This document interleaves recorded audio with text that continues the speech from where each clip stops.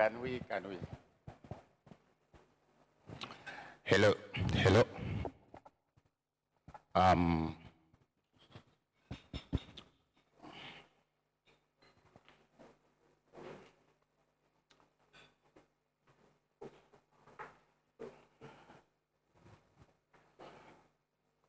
Good morning to you all.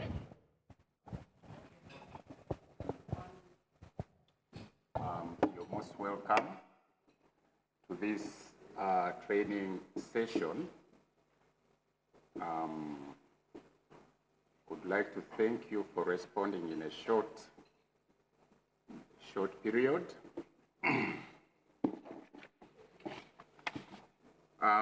The members present here, we are going to have an opportunity to introduce ourselves. In brief, we have Uganda Investment Authority here. We have Ministry of Finance. We have, you said, Feed the Future, Institutional and Systems Strengthening Activity. We have members from there. We should be having Vantage Communications, and we should be having Action Zones, and we have a representative from Ministry of Finance. So the heads of delegations here, Uzia, you're most welcome. Uganda Investment Authority is led by Director Winnie Laokore. She's there. You said Feed the Future. The team is led by Christabel. Minister of Finance, we have Mr. Mukisa there. We have Deputy Directors from Uganda Investment Authority. Mr. Mulamura. We also have Richard, Deputy Director. We do have Faith. We also have members and staff, again from Uganda Investment Authority, Uzia, and you said Feed the Future. The team from Data Care, the ICT partners, you said Feed the Future, is led by Edwin. Edwin, where are you? Now, Edwin is one of the lead developers of the tool that actually we are going to showcase today, and it trained the profiling tool that we are going to use. The program says between 8 and 9, we are going to arrive. Then we are going to have an opening prayer. Then we have self-introduction. And then the last activity will be closing remarks. Now, who's going to give us an opening prayer here? Since we've already gone into time, can Peter help us? Yes.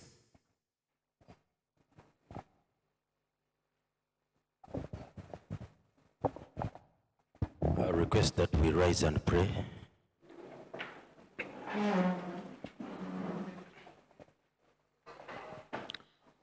Our dear Father Almighty, we thank you for the gift of Tuesday.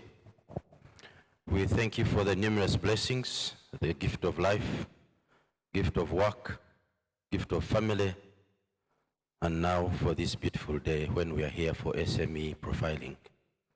All the wisdom comes from you, Father, and we ask that what happens today happens for the good of this country and happens to bless the future of those that come after us. We humbly ask that you keep us in good form through today. In your name I pray.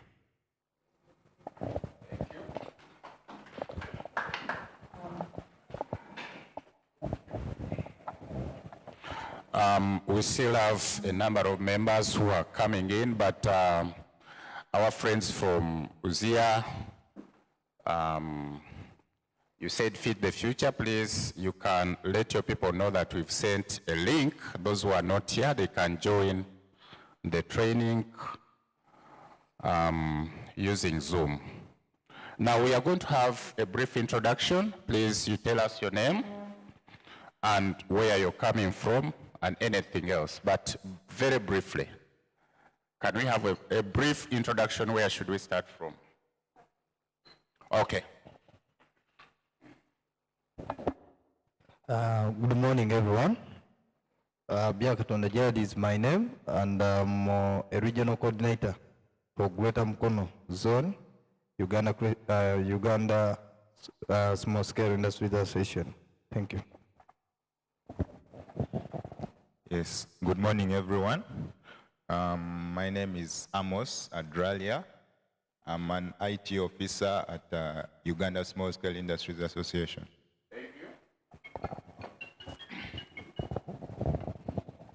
Good morning to you all. Seuliba Jackson Kiza is my name, and I work as a training coordinator at UZIA. Thank you.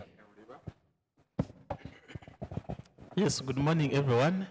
My name is Christopher Kenya from Uganda Small Scale Industries Association. I'm a media relations officer. Thank you, Christopher.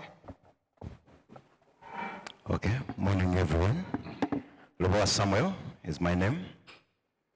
I'm working with Uganda Small Scale Industries Association as a Uganda Small Circle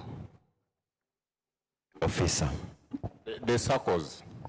Yes. Okay, thank you. Selling circles. Thank you very much. Good morning, everyone. My name is Anwahereza Stella. I work with Uganda Small Scale Industries Association as a business development officer. Thank you.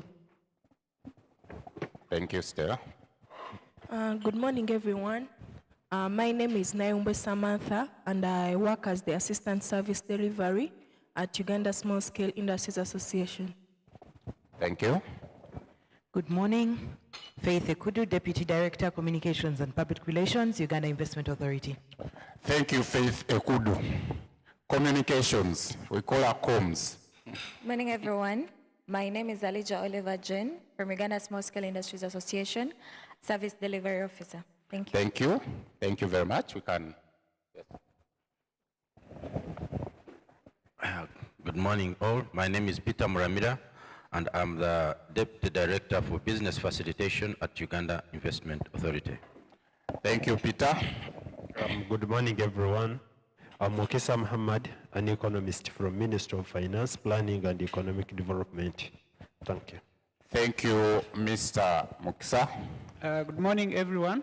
Richard Nonyisiga, my name, Deputy Director, Innovation, Science and Technology Development, UIA. Deputy Director Richard, thank you. Good morning, everyone. My name is Leslie Mutumba, Investment Executive, Domestic Investment Department, UIA. Thank you, Richard. Good morning. Thank you, Leslie. Leslie. Method, Internal Auditor, UIA. Thank you. Morning, everyone. My name is William Humza. I work as an ICT infrastructure engineer at Uganda Investment Authority. Also, William represents One Stop Center. I suppose everyone has heard of it here. I suppose what we train will get there in One Stop Center. Thank you. Let me go next. My name is Sheila Anayo. I'm the Digital Transformation Specialist for Feed the Future. I'm glad to see you all. Thank you. Good morning. I'm Harriet Awili, Quality Assurance Manager, Data Care. Thank you. Good morning, everyone. I'm Elizabeth Nakoli, Quality Assurance Officer, Data Care. Thank you. Good morning. My name is Edwin Atuheire, Systems Analyst with Data Care. Thank you, Edwin. Edwin, don't switch off. These two big people, let them introduce themselves. No, you introduce yourself. Good morning, everybody. It's indeed a great pleasure to be here. My name is Winnie Lawoko Olwe, and I head the Domestic Investment Division at UIA. Thank you, Director. Thank you so much, Director. Good morning, everyone. My name is Christabel Tumwewaze, and I'm the, I'm the director in charge of institutional strengthening and advocacy at USAID-funded Feed the Future institutional and system strengthening activity. But I'm also standing in for our chief of party, who is caught up with some other responsibilities. Nice to see all of you, and looking forward to a successful training. Thank you, Christabel. You said Feed the Future supported the development of this, what we are going to, pardon? Okay. NASA Yahweh, Uganda Investment Authority. I sit in science, technology, and innovations, and most of you we met in so many different places. I'm looking forward to working with you as far as this portal is concerned. Now, I want to say something brief about this portal. This is funded by USAID, Feed the Future, under their program of Uganda Institutional and Systems Strengthening Activity, and Data Care, their ICT partner, have been developing this module that we are going to train through. My director is going to say a lot, probably a lot, about this activity, why we need the SME portal, and our journey to date, where we are coming from up to this point where we are going to be pre-testing this portal and uploading SMEs.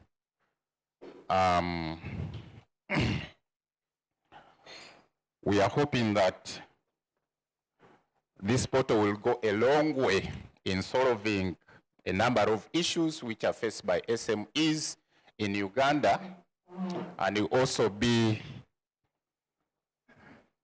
a case study for other countries who could like to develop SME portals. Now, there are problems which are faced by SMEs. Most of you who work with SMEs, you know, but some of them, visibility itself, finance, access to markets, linkages, lack of linkages, and especially access to finance is important as far as SMEs are concerned. So our vision is that this SME portal, once fully functional, is going to go a long way in addressing these obstacles which stand in the way of developing, of growth of SMEs. And earlier on, we had a stakeholder engagement where we had MDAs and private sector players in the SME ecosystem, and we had to pick their views.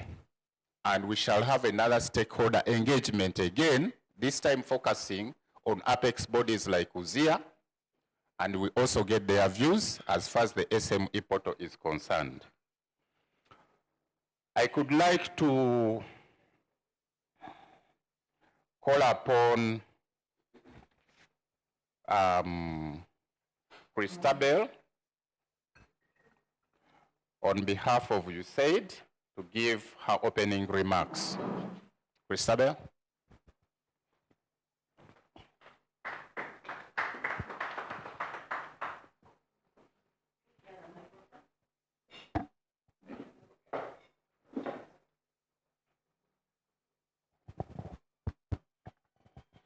Thank you so much, NASA, for those remarks. And maybe before I make my remarks, there are those that just entered the room, and we are interested in knowing them. So Sheila, if you don't mind, you can give them the microphone.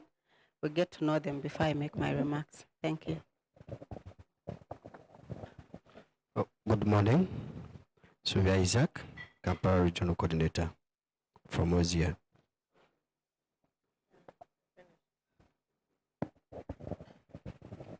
There was someone else. Yeah.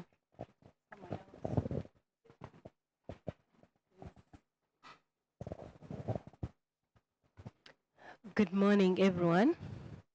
I'm Joanne Namisango from Uganda Small Scale Industries Association. Good morning, ladies and gentlemen. My name is Nasamba Regina, Uganda Small Scale Industries Association. All right, I think we'll get to know her later. She's just having her breakfast, but we can go on. Our director from UIA and the UIA members present here, the staff, a representative from Ministry of Finance, the activity members where I also work, the UZIA team, and all of us here, ladies and gentlemen. Good morning once again. I introduce myself. My name is Christabel Tumwebaze, and I am the director in charge of institutional strengthening and advocacy at Feed the Future Uganda Institutional and System Strengthening Activity. It's a mouthful, but we have to always say it because there are several Feed the Future activities, and this is just one of them under the Systems Strengthening project. So ladies and gentlemen, this is a very good day for us, and we are excited. I was telling Winnie that I'm excited today because we have come a long way as far as developing the SME portal is concerned. We have come a long way. We worked together for quite some time now, since last year. And it is with joy and pleasure that we are reaching at a time like this when we are getting partners. We have UZIA here, and we expect others to come, and those that are going to be joining online. Vantage Communications, AZ, the Federation of Medium and Small Enterprises. We look forward working with you as far as utilizing this portal is concerned. So as Feed the Future, and as an activity that focuses on institutional strengthening, we partner with government ministries, departments, and agencies, but we also partner with industry apex organizations to be able to work with them to strengthen their systems and processes. And so when we came with this agenda to UIA, which is one of the government agencies, this was one of the first things that came up, that can we work with you to be able to develop, to bring this dream we've had. They already had the plan. UIA already had the plan. Director Winnie, Nasa, and the team, all of them as they are here. They already had the plan, and looking for partners that they can work with to be able to roll out this SME portal. And so, like NASA has indicated, we agreed to partner, because this is one of the system strengthening interventions, that if UIA is able to have profiles of the SMEs that they work with, it will be easier to promote them. They will be able to get services. They can use that platform as part of the online one-stop center for business-related transactions. And so we look forward to see how this portal is going to support the small and medium enterprises in terms of access to information, in terms of giving feedback to UIA on the services, but also UIA promoting you over and above Uganda across our borders. So we look forward to seeing how this portal is going to be another hub of information that is going to support decision making. So for us as Feed the Future, after having worked with UIA to develop this tool, for us, what do we want to see? We want to see the capacity of different persons build the capacity of the different persons who are here actually to understand how to use that tool, so the tool is used properly. I might be, myself, I'm an agriculturalist by profession, but I do a lot of agribusiness work, and now I'm doing advocacy and institution strengthening. But if I go to a new workplace, I expect to be oriented. So you can be a champion of what you do. You're an accountant, you're an IT specialist, you're all these good things. But if you get into a new environment, I think it's very important for you to understand how that environment works. And for all of us, we've introduced ourselves. We come from different organizations. And I'm sure that when you go to that organization, you are oriented on their code of conduct and how they run their business operations. And so that's why we are here, that as UZIA, or as UIA, let all of us understand how to use this new tool so that you're able to support those ones that are not here. You're able to cascade, and that's why Data Care, who are the developers of the tool, are here to help you and build that capacity so that you are able to take it to those that are not here. So we look forward to learning, and for us as the ISS activity, when we have developed this tool, we have built capacity, and the tool is being used for the purpose for which it was supposed to serve, and it is aiding decision making. Then for us, we have achieved what we wanted out of this tool. So we hope that this training is going to be very fruitful. We hope that you will be the ambassadors to continue stepping down this information as UIA officers and as Hosea and others that are going to join us. We'll continue to work with UIA as far as rolling out the tool, as far as promoting branding. We know there's also something that is happening around branding. And most of these things, Director Wynne is going to talk about them. Well, we've had several discussions, and for us, we are already excited that this dream is coming to realization, and we are going to see the results of this tool. So we look forward that maybe in the next 2-3 years, there will be good success stories coming up, because this SME has been helped because of visiting this tool. They have received new business because of using this platform and many other things. So with those remarks, I still convey apologies from our Chief of Party and the Deputy Chief of Party who have not been able to make it due to some other commitments, but they are with us and will be able to report back on the success of this event. Thank you so much, everyone, and I wish you a good training. Thank you. Thank you, Christabel. Can you give her an, you just clap for her. Thank you, Christabel. You said Feed the Future is supporting the development of the national SME portal. They are key partners here as far as funding is concerned, and even the technical support. She has said something about the output after 3 years. Can we say those SMEs who have joined this portal have managed to move from stage A to stage B? In other words, can we track SMEs? We have been talking about SMEs, but nowadays even the language is changing a little bit. There is SME, but also there are domestic investors. You are aware, Newsia. There are those you started with a small scale, but right now they qualify to be domestic investors. Now, this portal is modular based. They are both modules. You can hold a number of modules, as we'll be telling you later on. The module we are looking at today is SME profiling.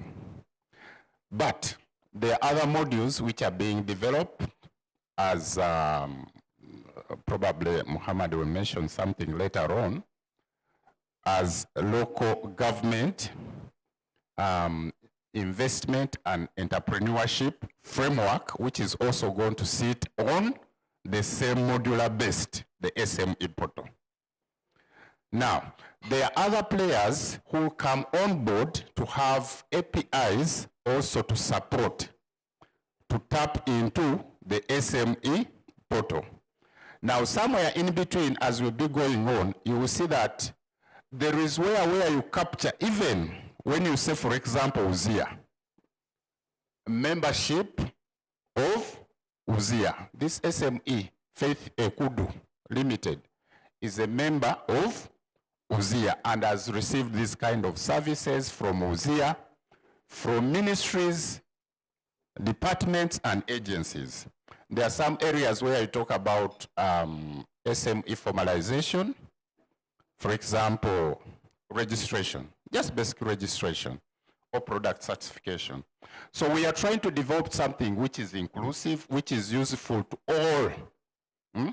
all agencies, all private sector, Apex Association bodies, that they can tap into this national SME portal.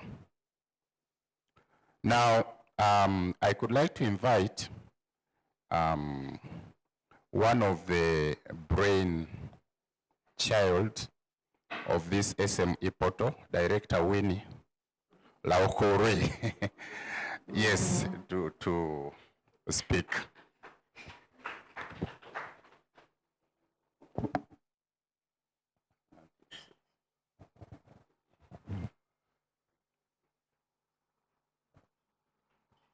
I bring you greetings from the Director General of Uganda Investment Authority. As you all know, he's the accounting officer of UIA, and he has given the full blessing of this activity. My name's Winnie Lawoko Olwe. I'm very passionate about investments. So even as we sit here, whatever we are going to do should in principle give us investments. Now, I want to start by saying a little bit about the UIA mandate. And our mandate is in most cases misunderstood by very many people, feeling that we are playing in their space. Our mandate is to facilitate and to promote as the lead agency for government. And when you try to unpack what facilitating is, there is no better time than this digital era to effectively facilitate and also effectively promote. The major challenge in Uganda, and when I say the major challenge for SMEs, I'd like us to think more broader than just the definition that Uganda has for SMEs. Because if you look at the world definition of SMEs, even a company like Roofings would be an SME. But it is our desire that we play effectively in the global marketplace. And we cannot do that any better than organizing ourselves. Today I'm extremely excited by the the membership of this training session. I'll start by thanking our MOU partners. We have Action Zion and we have Vantage Communication, who are our initial MOU partners who started with us this journey of the SME portal. Allow me to say that this journey came at a time when government was beginning to implement program-based activities, and that meant that we were supposed to market and effectively position the SME portal in all the programs, so there is a total buy-in from government to enable UIA get the blessings to do this. And at this stage, I want to thank all the different divisions of UIA who made this possible, because with 18 programs, you can imagine all the different departments were allocated in the different programs to be able to market the SME portal. And indeed, we got the blessing from government that we lead in the development and implementation of the national SME portal. The national SME portal is not going to stand alone. Another mandate of UIA is to run a one-stop center. And I hope that all of you in this room have had an opportunity to visit the EBs. If you have not, make it a point that before you leave this place after your training, that you access it and see what we offer there. Because in a final stage, the SME portal is going to be linked into the EBs, and at that stage, we start playing in the global economy, connecting through backward and forward linkages, the FDIs, and the domestic investor.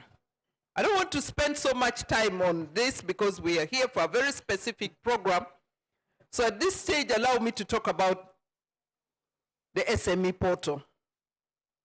The program we are doing today is extremely critical in reporting. As an authority, we are supposed to report on our contribution to GDP and jobs created. So indeed, this first stage of profiling marks the first step in 1,000 steps that we will do to have a complete interactive portal which benefits MDAs, but also benefits the SME themselves. If you're an SME and you have been linked to a market in Dubai without having to travel there, I think that would be a great important thing. So this stage where we are currently at the stage of developing a brand so that when you look at, anytime you engage with that brand, you will know you're talking about the SME portal. And the lead partner there, together with USAID and Feed the Future, is Vantage Communication. The second is the profiling profiling into the database for pre-testing.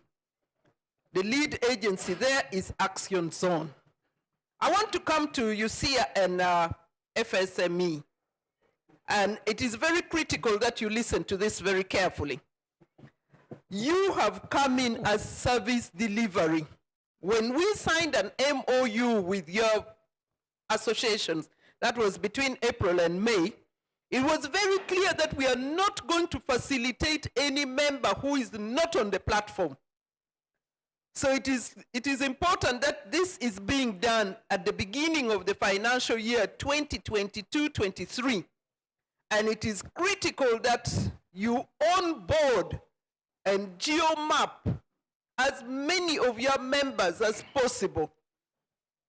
And as we begin to see that if we have a program in Arua and we are facilitating it with USIA, all the members that will benefit will come out of that portal. So that is how important it is for you this day.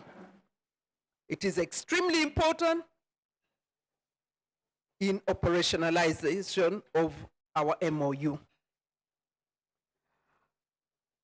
For USA Feed the Future, I think as UIA we say thank you very much for believing in us.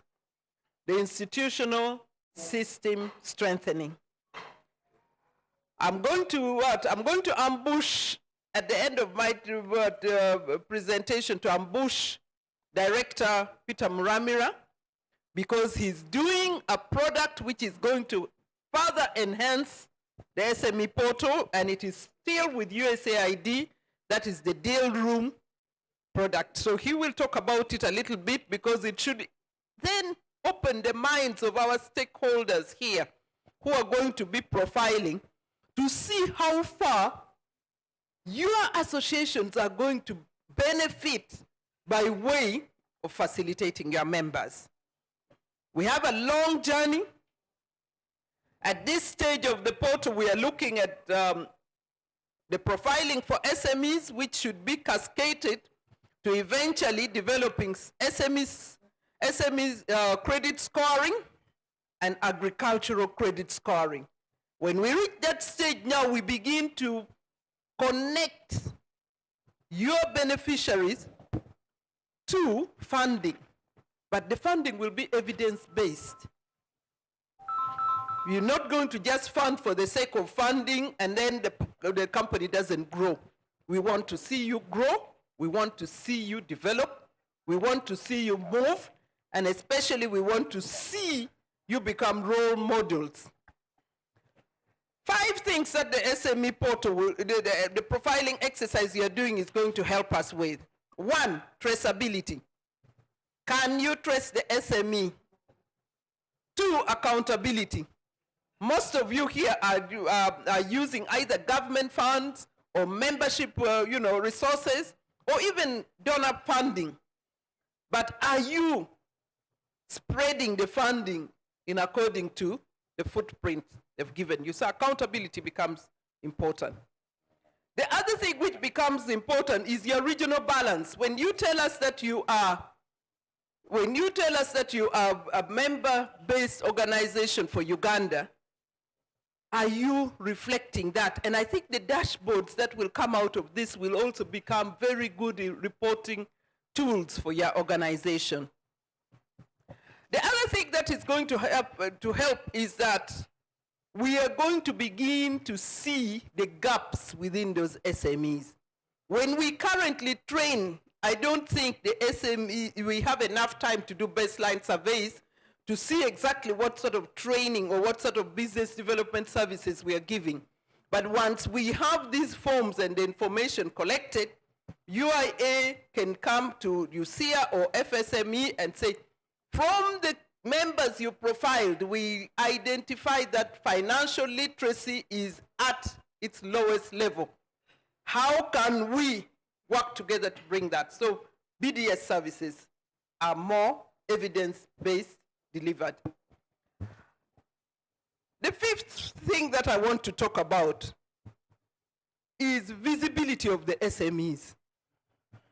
I want to give a very typical example that happens. Say, for example, I'm an FDI coming from maybe Russia or whatever it is, Ukraine, maybe looking for the alternative of wheat. And I decide that I'm looking for companies that are SMEs that are involved in grain and seed oil footprint. Our portal should be able to give that FDI information where they will be probably saying the biggest producers of grain and seed oil is in northern Uganda. We have in northern Uganda the following industrial parks. We have Soroti, we have Nebi that has just been launched. We are soon going to have Lira and the others. And if you are looking at establishing a factory, there is no better place than these areas to establish. And that means that we would, as UIA, have done what our mandate is saying, to facilitate and to promote. So today is really, really exciting. Today is a major milestone for, we thank Ministry of Finance actually. If Ministry of Finance had not signed a framework of service delivery with USAID Feed the Future, and also to identify the areas such as institutional strengthening systems, this would not have happened. So, Muhammad, please take back our thank you. I know there's a desk officer for USAID Feed the Future. Please let him know that we are very grateful. We are excited about this. This 1 year, the benefits are great. Within the next, I think, maybe 1 or 2 months, we shall be launching out the local government tool that will also ask Muhammad also, before Peter speaks, to speak very briefly about it, because these are some of the stakeholders we'll be using to roll out that tool as well, including the district investment committees. And I specifically thank Anthony and Didas. I think when we first made the presentation, NASA, the team, the project coordinator, Catherine, we made a presentation. At the end of the presentation, we were extremely excited because in the first presentation we made, out of that came the establishment of the project implementation team, where Edwin and Catherine from our side, plus Christabel from USAID have been working tirelessly, and that's why we have this product. I thank you. I look forward to your questions and discussions at the end of this. I just want to call very briefly Peter and Muhammad just to say very little, very briefly rather, not very little, very briefly about those two programs. And NASA, I will also ask you specifically to talk about the youth apprenticeship tool, because those 3 items are going to be very critical delivery points under this USAID Feed the Future institutional strengthening system rollout. I thank you, and I look forward to this day's engagement. A round of applause for Director. We start with Muhammad.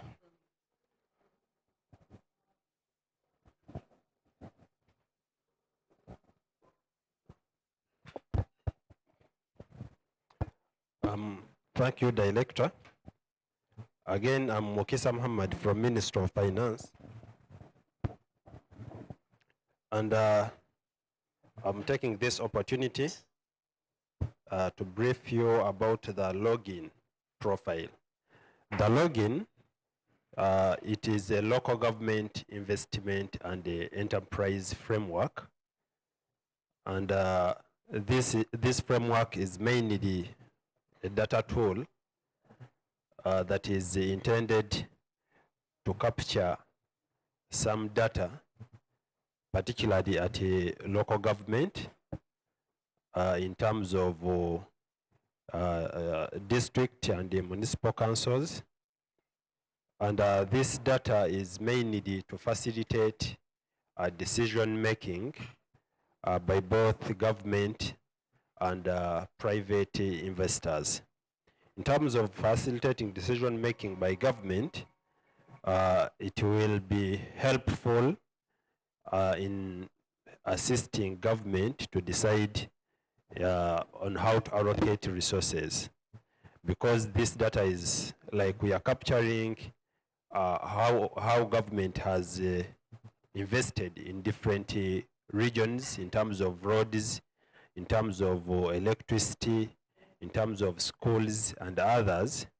And we are trying to look at the competitiveness at either regional or district or sub-regional levels.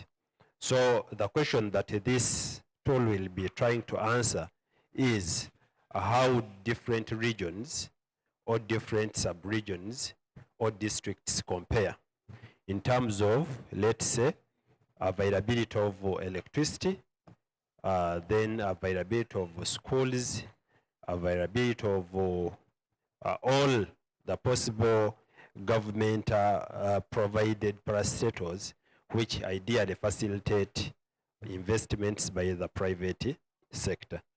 Then at the private wing, we understand that government investment really play a facilitative role with regard to decision making by the private sector on how to allocate their investments. So we think that for someone to decide on whether to invest in Kampala or to invest in Gulu, he needs to look at what is it that is there to facilitate my investments in terms of, let's say, electricity, in terms of roads, in terms of the market accessibility, how many people are in this region contrary to the people in a different region. So this tool is bringing all this information at a single point to tell you that if you wanted to invest in maybe Kampala and your decision is going to be based on the population of these regions, you need to decide how many people are in, let's say, in Imbara district and how many are in a different district.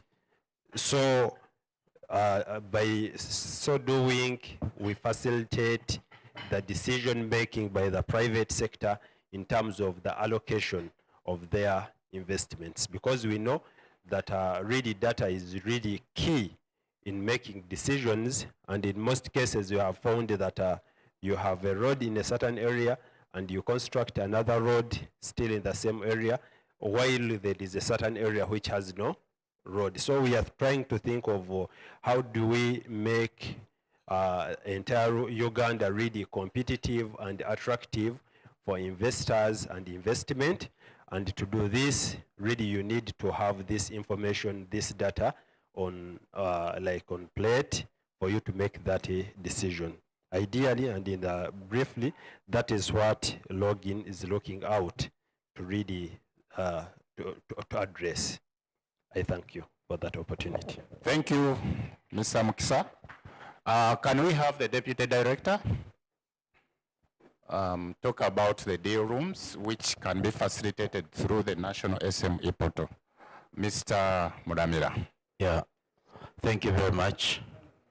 Madam Director Winnie, thank you very much, Madam Christabel, and Mr. Muhammad from Ministry of Finance that spoke just before me. So right at the center of systems strengthening with a portal and what you've heard from Mr. Muhammad at the regional platform, the link we provide is deal preparation.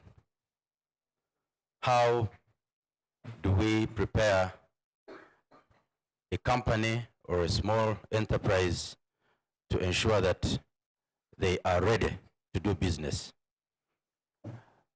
We have a deal room in preparation with 3 unique features. Feature number 1, access of funds. So we believe that once we have built a due diligence process, once you have the visibility that Director Winnie has talked about, and we have the company visible, we shall come in and do a due diligence, have the financials and all the quantitatives clearly outlined, so that then the company can be ready to do business elsewhere. Which leads me to point number 2, which is matchmaking or merging and acquisition.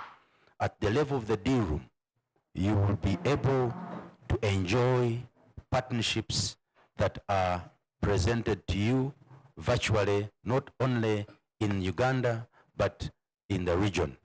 We want also to scale up and go multi-region and now global, because we believe we will attract the best attention and the best investor out there who will be able to buy in this process. Last is pipeline. So we will build a pipeline of these very good deals and present them virtually on a deal room, which means that today, if, for example, NSSF, that is awash with cash and would like to spend about 10 million facilitating an innovation in a certain value chain, say for example of honey, and that is the focus, they will be able to pick that deal which is in the deal room and put the 10 million, and then we are going to ensure that partners, just like NSSF, Capital Markets Authority, all the district investment committees have got visibility on this kind of platform.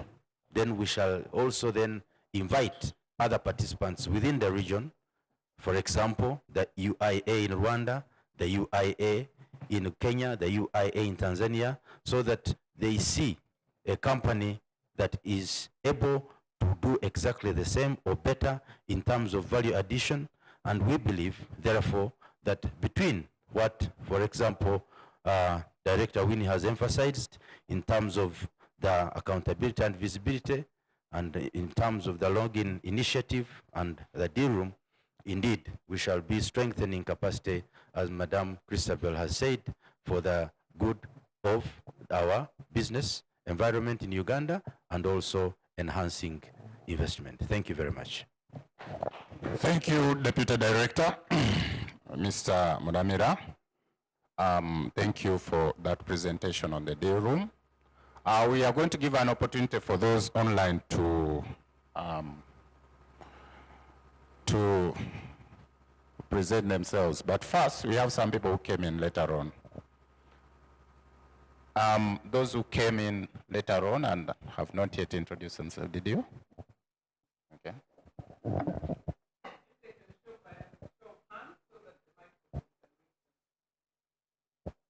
Hello, good morning. My name is Christabel Akidi from Vantage Communications. Oh, okay. Namesake, your namesake. Okay, Akidi, you're most welcome. Good morning. I am Paul Chiravira. I work with the Uganda Investment Authority in the research unit as a senior investment executive. Thank you, Mr. Chiravira. I wanted to say something about youth apprenticeship program, as the director said briefly. Now there is a mismatch, that's what we say. That's what we hear. That's what even politicians say. There is a mismatch between what is trained in schools, tertiary institutions, and what employers need. Now, Youth Apprenticeship Program, which is run by Uganda Investment Authority since 2014, it was run before by Mr. Leslie Mutumba, I think he has gone out, has an objective to bridge that mismatch.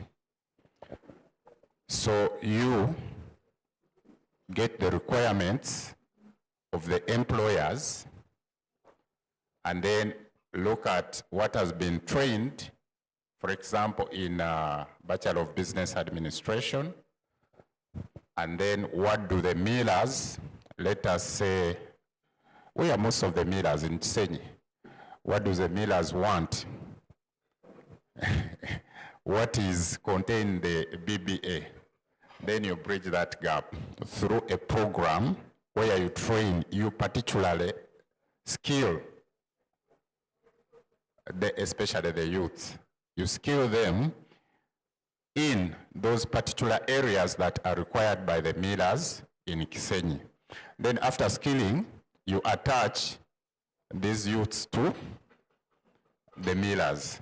So the Youth Apprenticeship Program is about that. And we had a number of, Uzia, I don't know whether you people who are here, you are aware, but we had a program like that also with the Uzia membership in West Nile, Moni University, Moni Business Incubation, and Uzia membership, Mr. Wandera, and then a number of students there who are attached to that program. Then you follow up, of course, for monitoring and evaluation purposes after some time, and you see how far these youths are. Have they transferred the skills to the businesses? Are they retained in these businesses, and so on? So the Youth Apprenticeship Program will also be a module on the national SME portal. The youth will be coming in with their skills, particular skills, soft skills, IT skills, accountancy, and so on.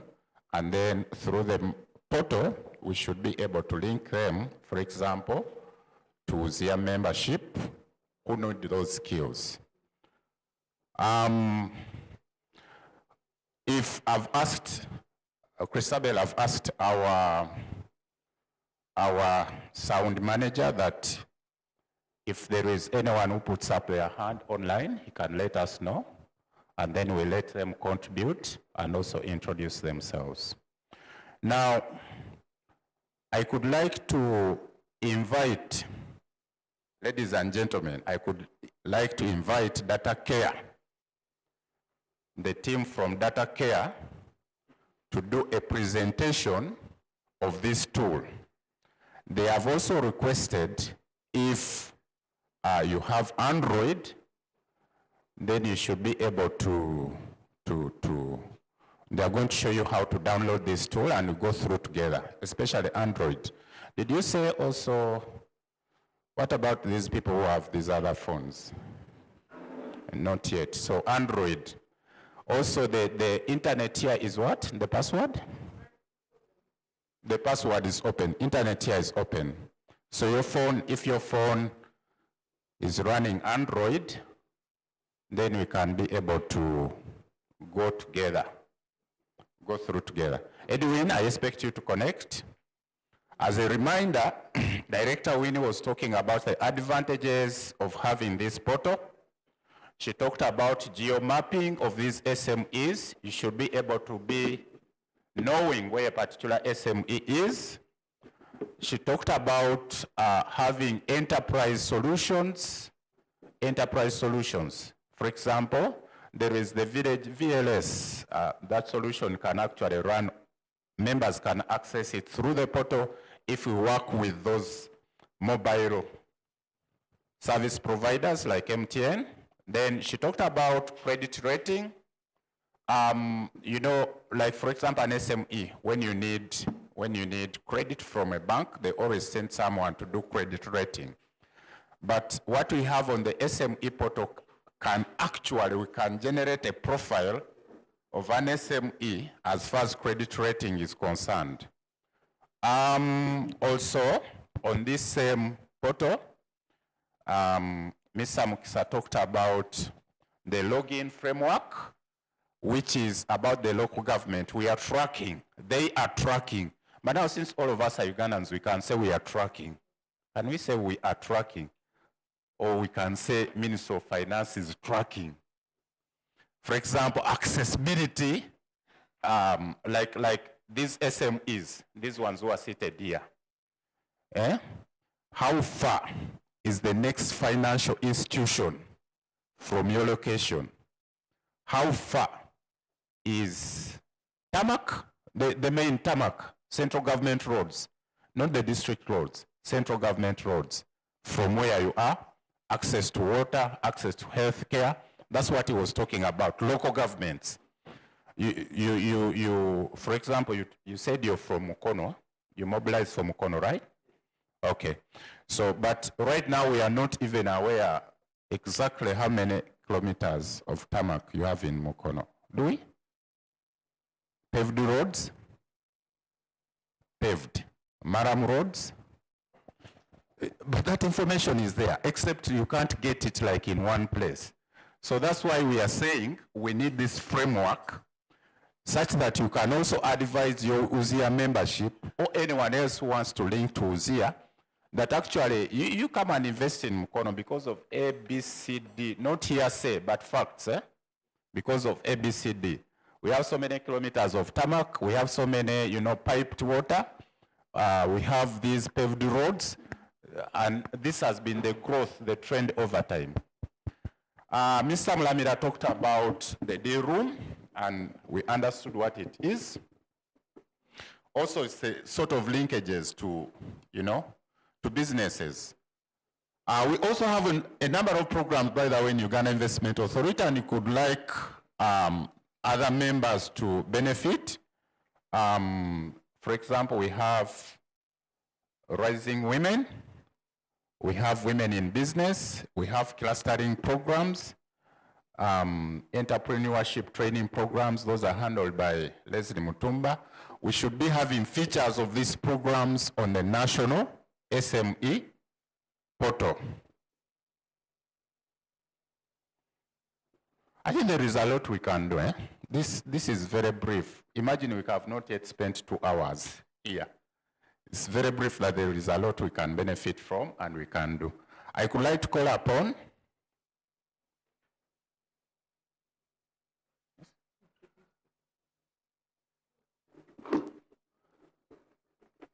our communications. Are we still online? We are still online. The number of people online, but we are saying they are going to put up their hands and then introduce themselves and ask the question as the training goes on.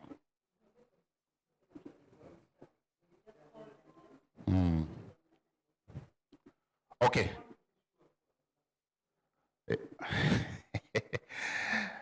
Also, we've had Christabel talking about, you said, feed the future and this institutional support. We are looking forward to tap into these programs more and more as we go on. Can we have the people online introduce themselves, please? I don't know how. The other mic, can you switch off?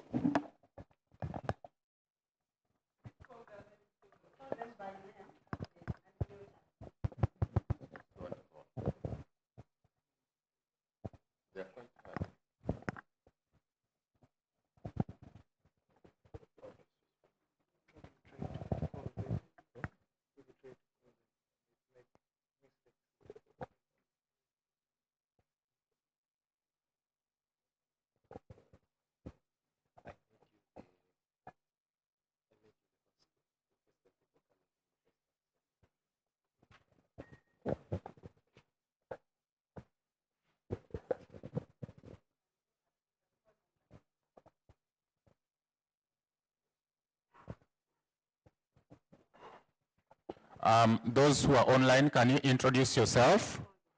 I'll start with, please you unmute, Janet. Janet. Janet.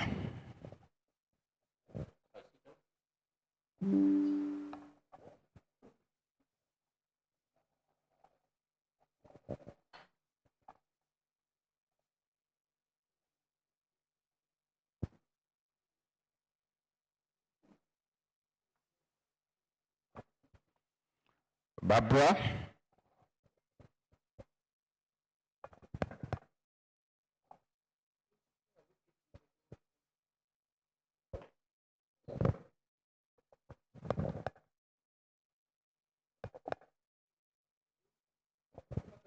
Doreen. Hello, good morning. Hello, Yes, Doreen, good morning. my name is Doreen. I work with the Federation of Football Associations of Uganda. Thank you, Doreen. You're most welcome. I suppose you've been following the discussion. Thank you. Barbara.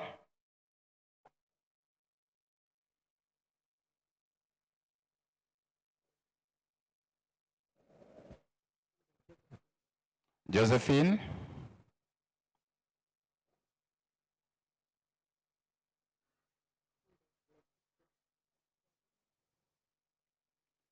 Letitia. Yes, morning, Letitia. My name is Mary Letitia. I'm from the Federation of Small and Medium Enterprises. Thank you. How is Mr. Warugembe? Is okay. Okay. Rachel.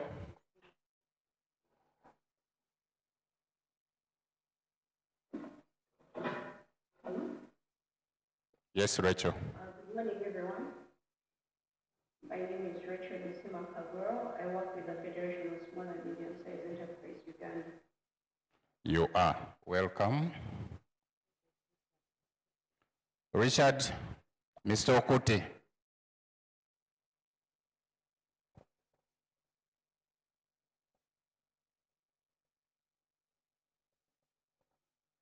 Okay, the rest of the members online.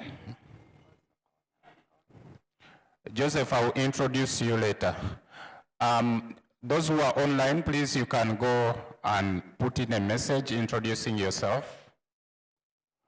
You can introduce yourself and you put a message there. I could like to welcome you, sir. Can you introduce yourself, sir? Good morning, everyone. I am George Washington Okori, a digital transformation consultant on the project. Thank you. That is ISS activity project. Thank you. Mr. George has also been part and parcel of this journey to see, the development of this portal, and we are still together. Is also going to be part of the features which are going to feed on the portal. Okay? Can we proceed with the training?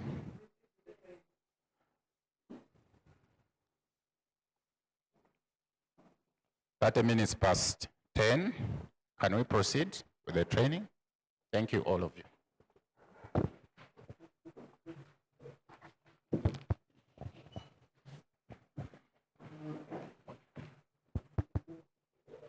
Good morning, ladies and gentlemen. My name is Edwin Atheire, Systems Analyst with DataCare. My purpose today here is really very brief, to orient the participants who are here on the SME profiling mobile application. So I have a PowerPoint slide, which will basically be an overview of what the platform is capable of. Then we'll have a practical session of how the platform works. So right now, the mobile application is distributed on Google Play Store. So my friends who are using iOS, we have not yet catered for those. So we are looking at Google Play Store. So how you search for the mobile application, you will use the name SME Profiling. You can click next. Okay, so that's how it will look like. Okay, click next. Then the other feature is that we have implemented role-based access control. So what that basically means is that for you to be able to utilize this platform, you have to be registered on the SME portal. So we'll see how that works briefly. Can click next. I can go next. Next. Okay, so this is how the platform looks like. So this is where the data aggregation and storage happens. So we are right now hosting this platform on that URL, but working with Madam Winnie and the IT team, we will be able to migrate this platform to the UIA infrastructure. So when you capture the data on mobile and then you upload it, this is basically where it goes for storage and aggregation. Can click next. So these are some of the screenshots. So we have 7 sections. I don't know. Is this very clear? Not clear. Okay, sorry. But I'll explain. So we have 7 sections. These are all red in color. So the red means you have not. Edwin. Yes. Can we maybe do some adjustment here? Oh, that is the best we can get. It's just a color. The projector, that's the best we can get. Yeah. Think. They're asking, what about the size? There's nothing we can see. Sure. Can you click next? Okay, Is that better. here? Maybe even that one.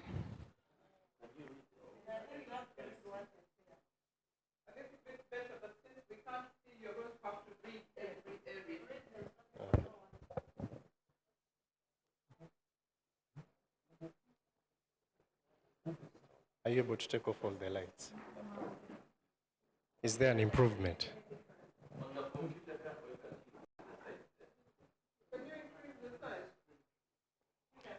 Screenshots, eh? But when we have a practical session, you'll be able to see these. Eh? So basically what I wanted to say is initially when you see we have divided the profile form into 7 sections. So a section that is in red means that is not complete, okay? You have not fully filled out all the attributes in that case. The section that is blue means you've fully filled out that section. So what that basically means is that you can fill out a profile partially and then, proceed to maybe to capture data on another entity. You can click next, sir. Click next. Okay, next. So is this clear? Can we see this? Clearer. Okay. So this is the information we are capturing on an SME. We have the geographical attributes right from region, sub-region, all the way to parish. So we should be able to disaggregate information up to that level of detail. Can click next. So we have the geographical information, then the biodata of the SME owner, okay? We have attributes like name, telephone number, the email, the date of birth, the level of education, and the gender. Can click next, sir. Then we have details on formalization and employee statistics. For example, we are interested, where this SME is operating, the premises. Are they rented? Are they leased? The business name. If you're registered, for example, with URA, we're interested in the registration number. With local government and URSB, we'll get those details, how you started the business, is it with a partner, that kind of thing. So we'll be able to see that information. Click next. Okay. Employee statistics disaggregated by gender, how you make decisions, ownership structure, and then issues to do with total assets and annual turnover in terms of monetary value, and that is in Uganda shillings. Then we have issues to do with the economic environment, the most pressing economic issues, the biggest costs to the SME operation by ranking. So the SME will have an opportunity to rank. Okay. And then the most pressing problems, sources of financing, preferred funding options, is it debt financing or equity? Sources of information, where does an SME get its information from? Chamber of Commerce, professional service providers, business incubators. So we'll have all that information. Click next. Then we have a section on technology application. Is the SME incorporating technology in its processes? What technologies are we using? Is it Twitter, Facebook, e-commerce sites like Jumia? Is it Twitter or Instagram? Capacity building needs. What are those pressing capacity needs that the SME is crying out for to be helped on, like B2B linkages? And then services received from Uganda Investment Authority. There's a section also on energy sources, the energy the SME is using and challenges they are facing with those energy sources.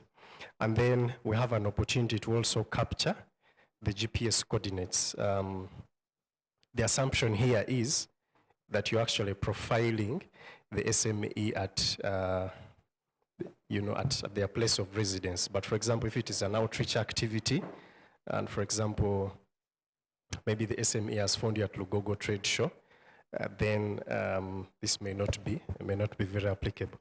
So once you fill out all this information, the mobile application allows you to store that information on the device.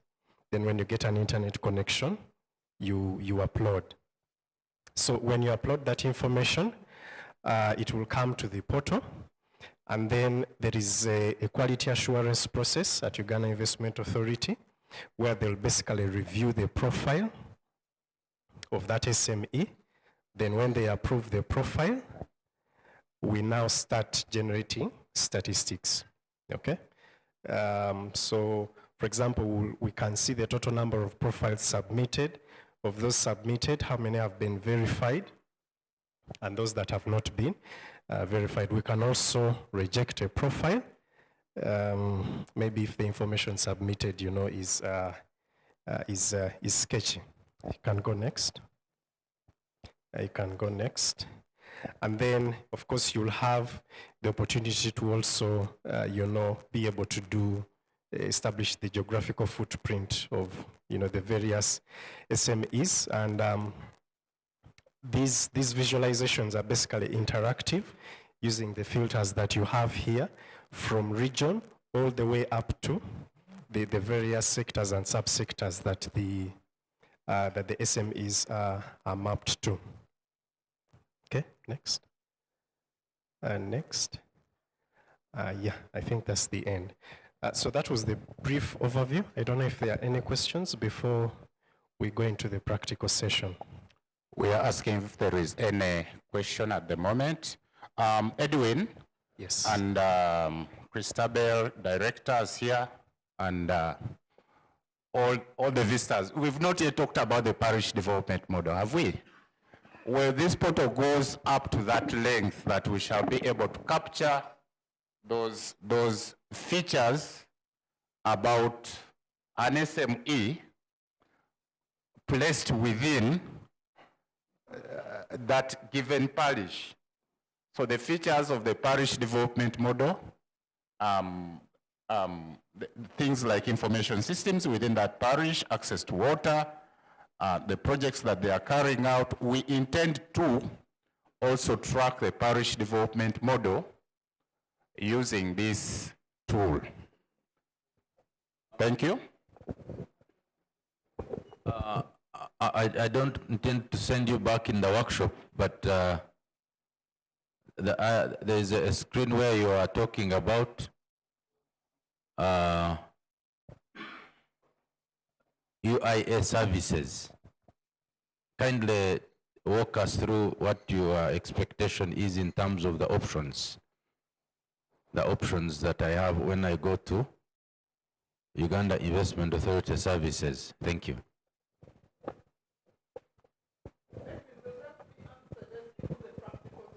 Yes. I think what I would suggest, members, if that is okay, and it's okay with you, Edwin, that we go to the practical. You've given us the theory of the document. Let's go to the practical session. Any drop down which is not there at the moment, we shall put down, and after the pre-test, we will include it. Thank you.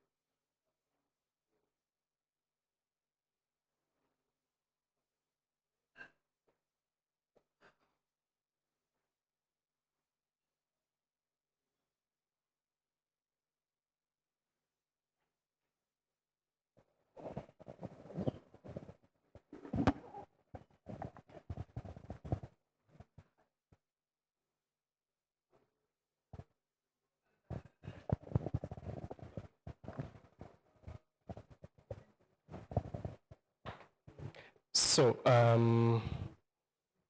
do all of us have smartphones, eh? Android smartphones. Okay. So if you go to Google Play Store and search for SME profiling, okay. Can we all see what's happening? Okay. And then click to install a mobile application.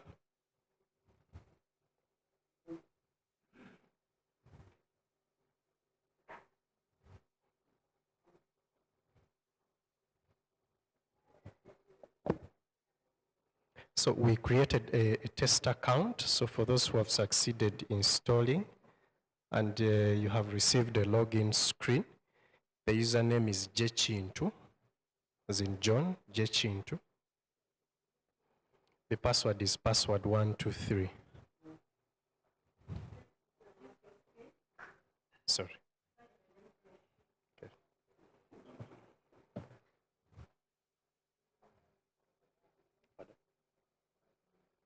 Password 123. Jchintu.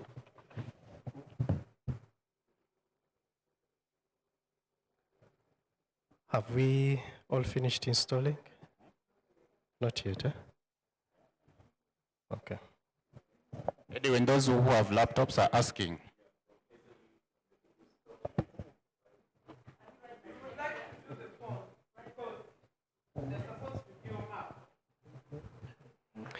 Okay.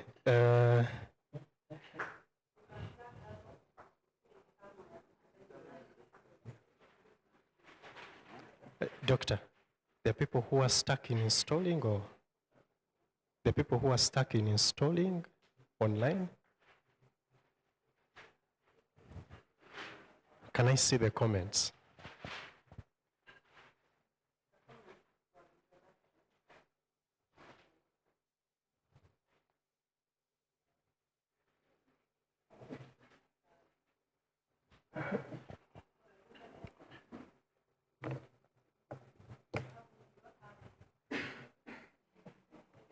Have we all finished installing? Pardon? Christabel, you're there? Okay. So, we are now going to log in. The username is jchintu. Yes? iPhones? Not yet. Right now we are on Android. Eh? Pardon? Now, if you have an emulator, an Android emulator, because right now we are looking at data collection in the field, so we are using a mobile application. So unless you have an emulator on your device, so you have iOS, eh?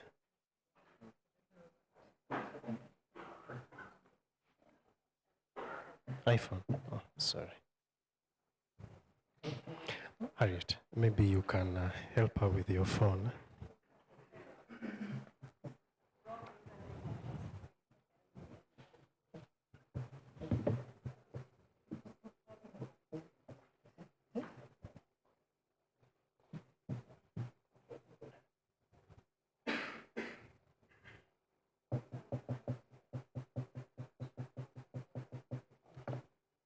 the username is password 123. So when you log in, the mobile application is going to prompt you to allow access to this device's location. Kindly click on allow. So that permission will enable us to be able to do what? To get GPS coordinates. Okay. So if that feature is not turned on your device, you will turn it on, then click yes again.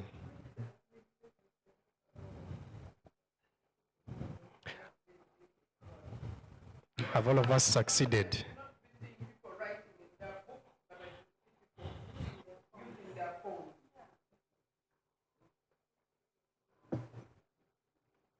I think the people using books have, they have iPhones, I suspect. That's my initial suspicion. Edwin, yes. The option for web.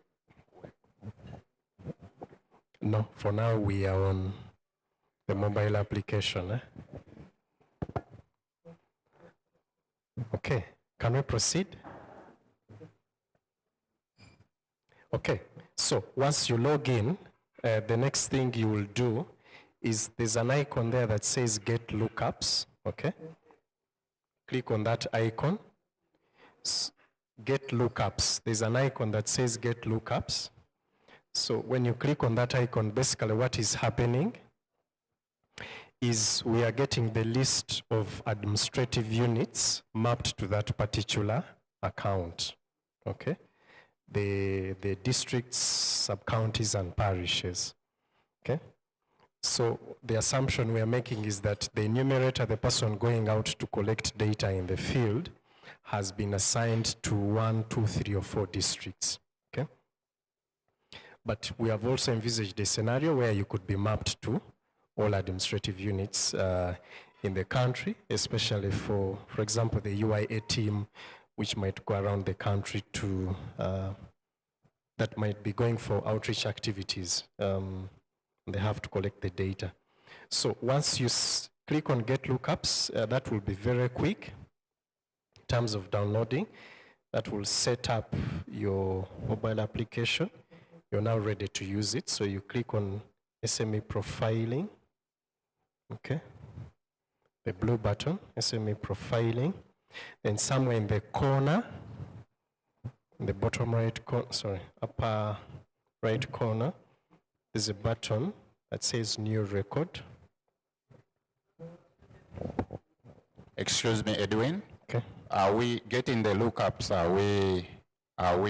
Do we have the lookups for the whole of Uganda right now, or we are Kampala? No. I just mapped this particular test account to a few districts. Okay, and the other thing is, can someone type in for those online, SME profiling, username, JKIN2, password 123, as a comment?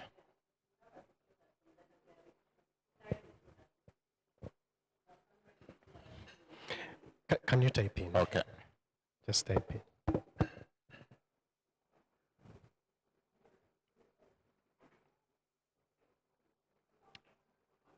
Okay. Are we all together? Still logging in.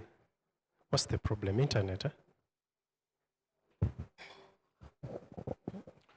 I'm thinking that we are waiting for everyone until when they configure up lookups, until that point when you have lookups.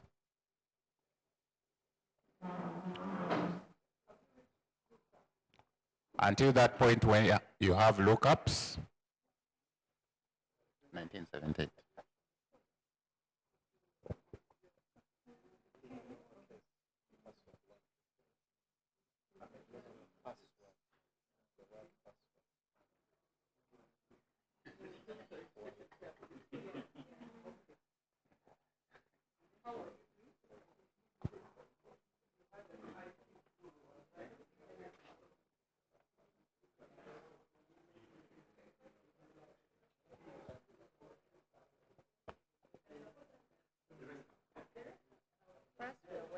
You're there until you upload lookups.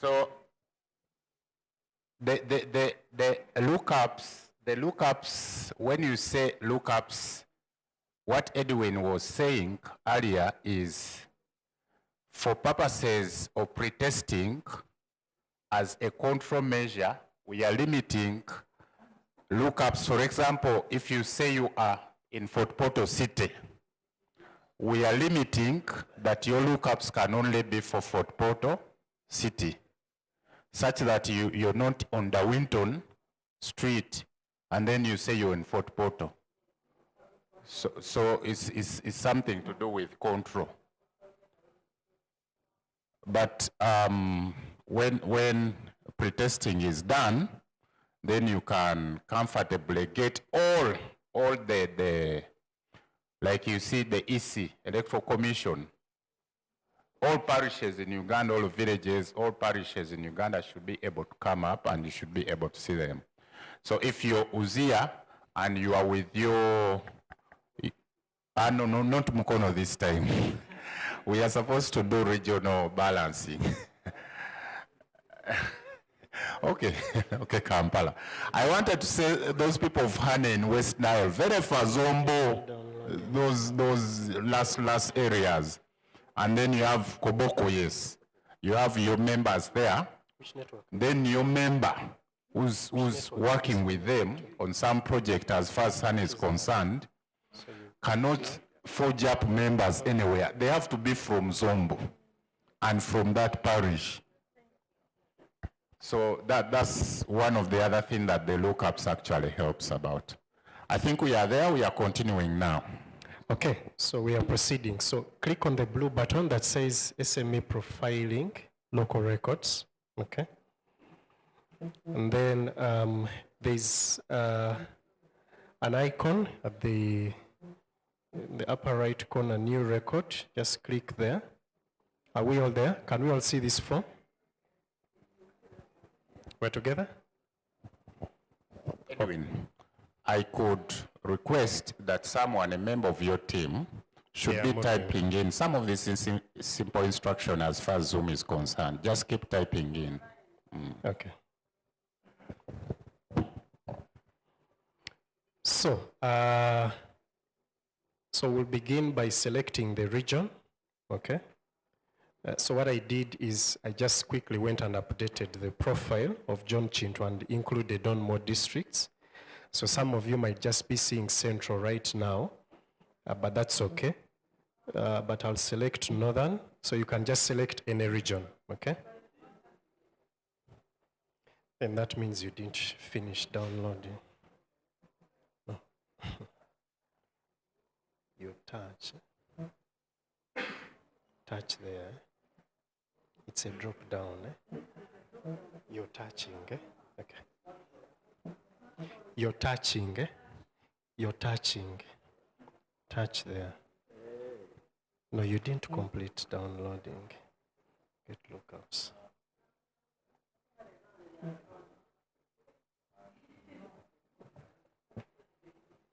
Yeah, I had only. Okay. Because I went and increased the districts. So if you need more, we just download afresh and click here. So you'll be seeing.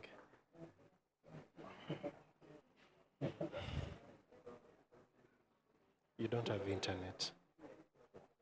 No. Which internet are you connected to? Use yours. Use yours. People, I'm also told you should have some kind of internet on your phone. To download,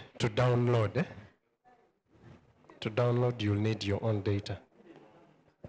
I'm going to ask Mr. Mukisa to take issue with this. These people are using their data, so you know what you will do. So you filled in the other section.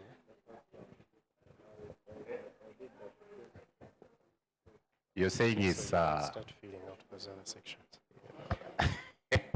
Okay, can we proceed? Yes, the village is for typing in. Okay, so I've selected Northern Region. My sub-region is Acholi. The district I'm selecting Agago. So you'll have to click on that particular control. The county is Agago County. Sub-county is Adilang. Parish is Kulak. On the village, you'll be typing in, okay? So I'll just assume that is the village, Kulaka. So when I'm done with this particular section, okay, you click save. The save function is in the corner at the top. Are we all together? Edwin, geographic information, that's where we are. So we Yes. are waiting for people to be there. We are saying all the things are for selecting except the village which The you village, type yeah. in. Yeah.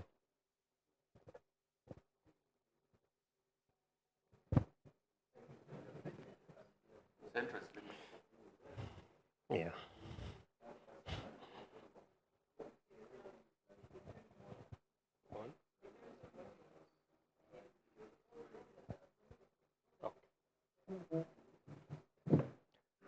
Okay.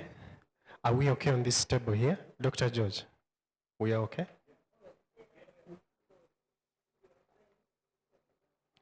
Mohammed, we are okay on this table here? Okay. I'm going to proceed.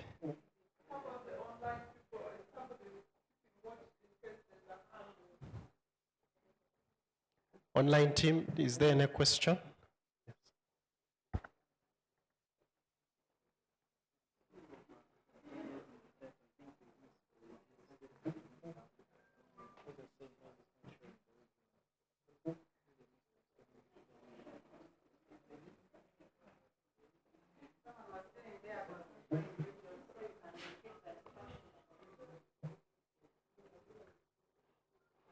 Okay, so for the online team, if you're not seeing regions, okay, what that means is you didn't click on the button that says get lookups.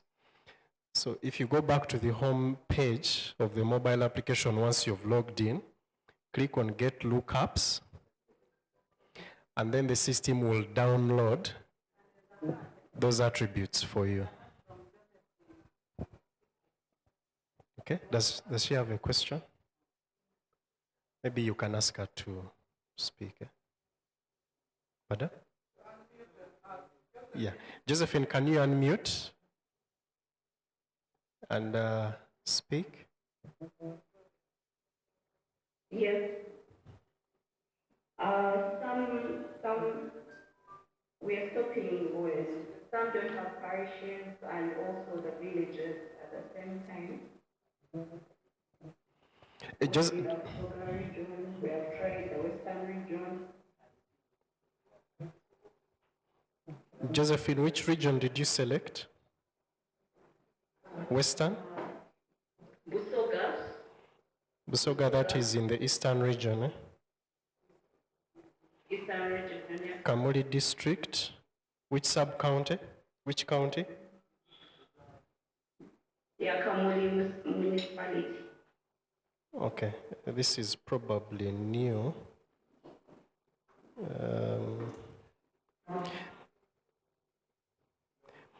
Okay, Josephine, so some administrative units could be missing. So what you do is just select central or northern, one of those regions, for purposes of today's training. Thank you very much. Yeah.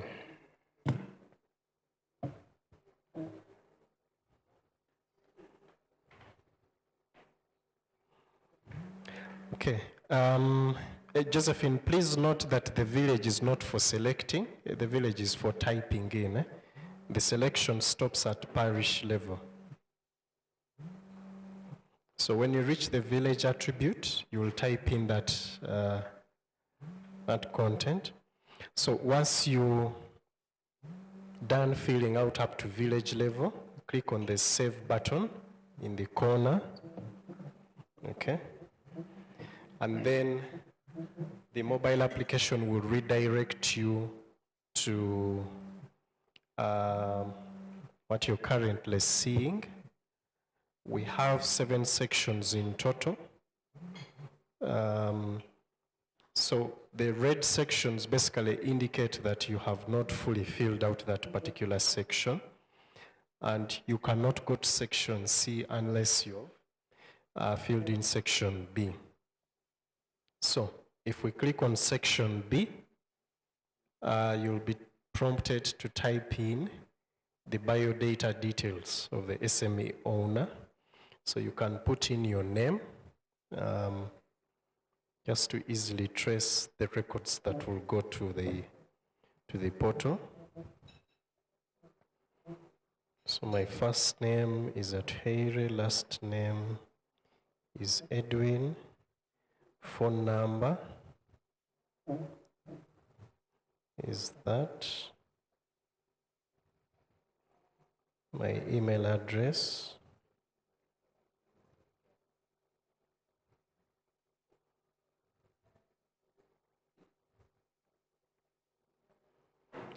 then you can select the date of birth. The date of birth will bring a calendar, okay? So just select a year, date of birth. And then you'll also be prompted to select the education level. So that is a list, so just select. And then gender, you'll also select.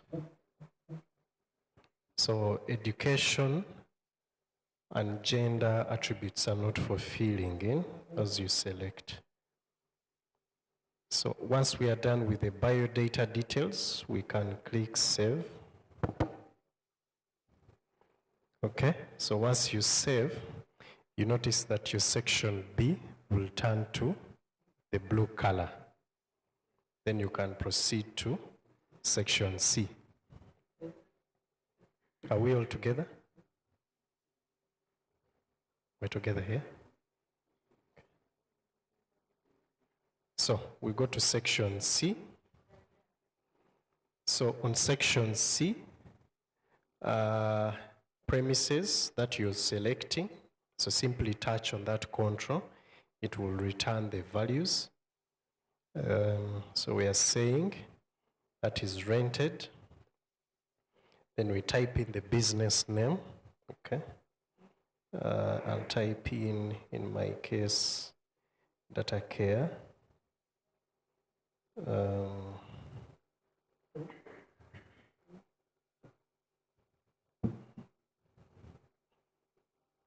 I'll type in data care Uganda Limited.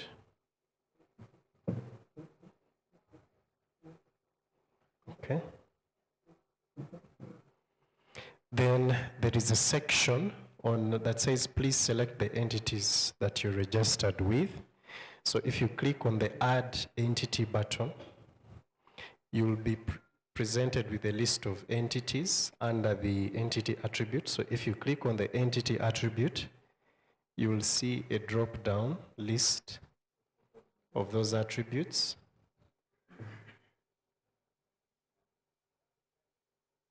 Okay. So if I select Uganda Revenue Authority, you would put in how Uganda Revenue Authority uniquely identifies you as an entity. In this case, a TIN number, okay? So I can put in the TIN number and then I update. If I'm registered with the local government, that is a trading license number, okay? So you click on add entity again, and then you select the attribute local government, you type in the number. Now, at this stage, we are not validating this content, okay?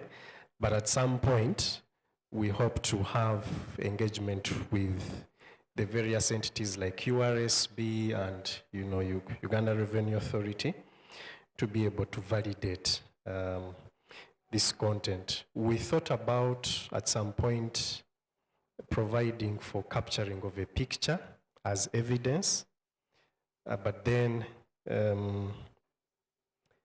if you're doing an outreach activity, we don't expect that the business owner is moving around with the trading license and the URSB certificate and those things. So that's where we got a challenge, but you could advise.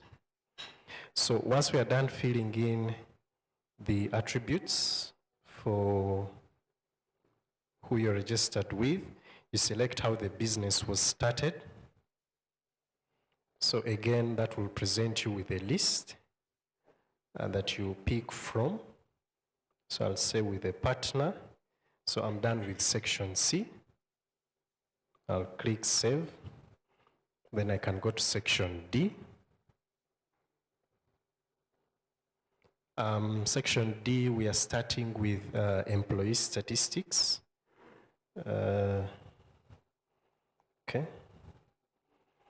Then there's a question on business decision making.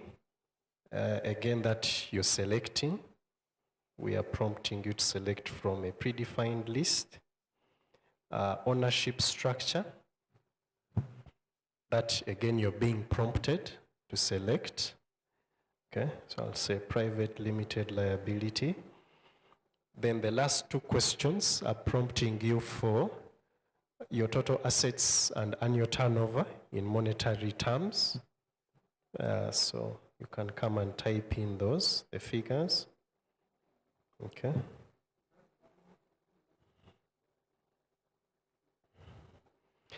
Then when you're done with that particular section, you'll click to save. Are we all together? Anyone who is left behind? Yes, Harriet. This lady here. Here. Okay, so we'll click save.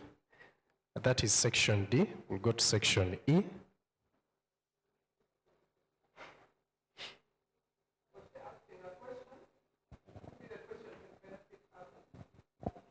No, she was stuck. She's being assisted. Any questions from the online team? Can put up your hand or post the question in the chat. Okay, can we proceed?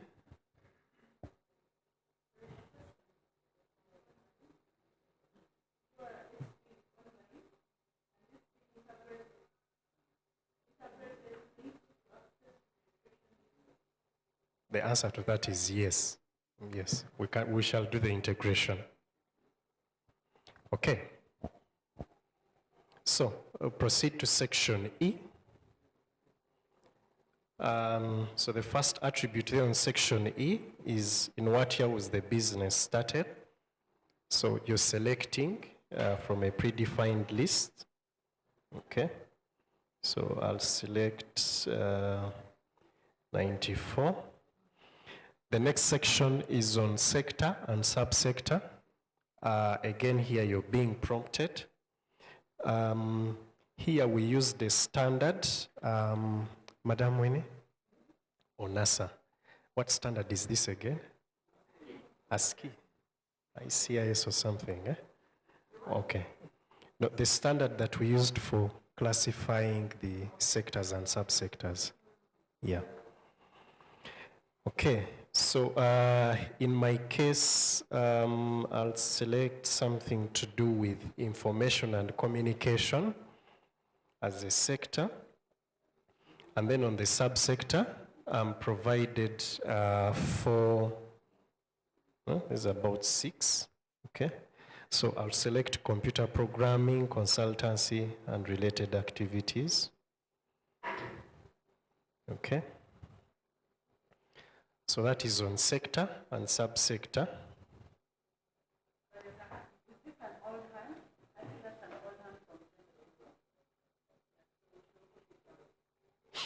Okay.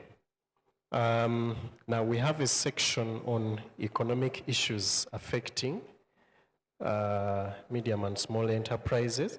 So if you click on the button that says add economic issues, okay, you'll be prompted to select the issue. Okay, so for example, I select say maybe low demand, and then I provide a ranking. Okay? Yes? It is being recorded. Yeah. Yeah.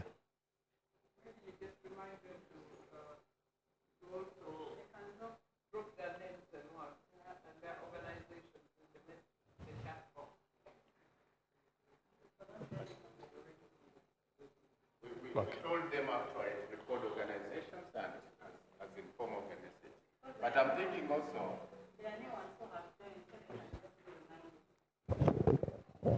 Can you, those online, can you please record in the message? You just message your name and organization form. Also, any kind of issues that you're finding as far as the training is concerned. For example, I'm told it's important that your Android version is updated. Not so? It's also important your Android is updated. It's updated with your data. An updated Android version, yes. Yes, the software, there are those versions. So it should be updated, up to date. And you should be having data. And it should be Android, not iPhone, because you the Wi-Fi for the hotel.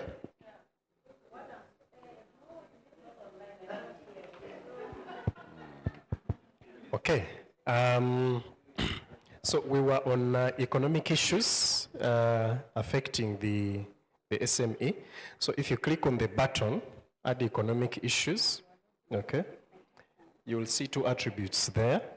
So the first is economic issues. Select the issue. So maybe, for example, exchange rate, and then you'll provide the ranking.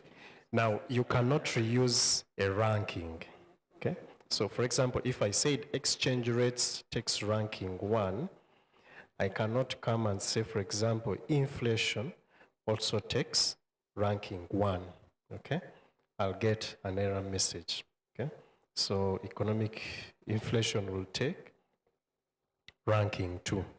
So one where we'll need help, well, okay, from the people who are here and the UIA team is to help us in expanding this list of economic issues. If I'm assuming probably these are not the only ones. Edwin, we can answer that right now. These economic issues, there is always a report doing business, World Bank. There are specified issues which are identified. We couldn't like anyone to type in what their issue is. There are those specified issues that we are talking about. What we want from the SME is for them to rank them. But the issues for SMEs are basically the same. Inflation, access to finance. I think in Kampala, you usually hear people when you're working in Kampala, that's what you see. Access to markets and so on. We don't want you to say the neighbors, you know, the neighbors are bewitching me. We are not looking for those issues. They are important. Okay, maybe we can give them some space somewhere. Eh? By the way, it's a major problem for some business people, but that's what it is. As others, bewitching.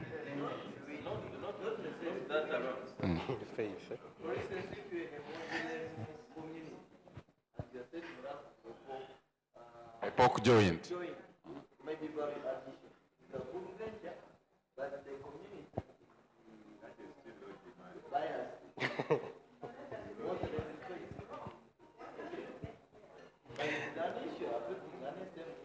Edwin, has that question got an area where we have others mentioned? No. Maybe we can think about that, such that we can mention those others. But now, the issue is we have to look at the other side of the users of data.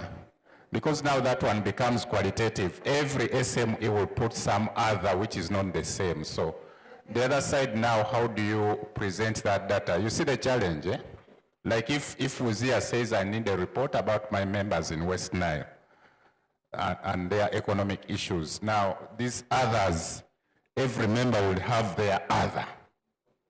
So how do you now report that? Okay, thank you. Edwin, the other thing is I wanted to make sure that so far, these are the problems with the tool so far. Correct. Some districts like Eastern Uganda, we did not, when you choose the region and district, some of the districts were not coming out.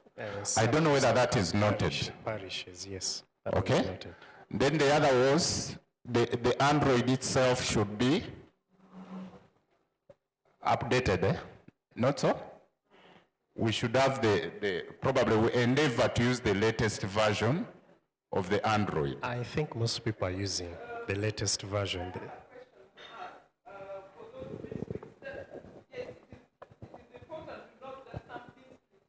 That were subdivided and, they have challenges to being uploaded. But my question to Edwin and his team is, because now it is dropping automatically, does this give me the ability to fill in the districts that were not downloaded? No, it doesn't, because, yeah, the way we envisaged. So if it doesn't, will I be able to proceed with that profiling? That's why. For those which, okay, you have session which is a drop down. Yes. My district does not appear there. What happens? And at least for those members of the two teams here and even online, it's important that we ask those questions because we don't want to be in the field and this drop down comes and the district you're supposed to pick is not there. What do you then do? Will it then be picked automatically? Will it allow me to proceed if that district is not there? And when I geo-map, will it automatically populate? Okay, so what we had envisaged is if you don't find an administrative unit, for example, you've selected a sub-county, but it's not returning the list of parishes, you inform the administrator of the platform. So what this means, why some admin units are missing, we thought we had used a complete list. There is a list we got from Electoral Commission, but clearly that Excel sheet was not complete because it was imported. So reach out to the administrator, and then that will be resolved. Why we don't provide for typing in is because the way I spell Masaka might be different from the way you spell it, and that makes data analysis very difficult. So you will bear with the inconvenience of notifying the administrator. They resolve that issue. Once that is resolved, you refresh your mobile application, which is the function for the get lookup. So that's how you refresh to get the latest attributes. Yes. So are we going to have an administrator line, or is it going to be on WhatsApp, or how are they going to be informed the administrator? I'm not so sure how we'll manage this with Uganda Investment Authority, but there could be a WhatsApp line, like a help desk function or a hotline, where this information comes through. But yeah, WhatsApp seems to be the most common way people communicate. So that could be one of the avenues used. So that's maybe you pick that and for the technical team to try again, and we need to sort that out so that the people in the field have a clear place to send that information. So yes, please.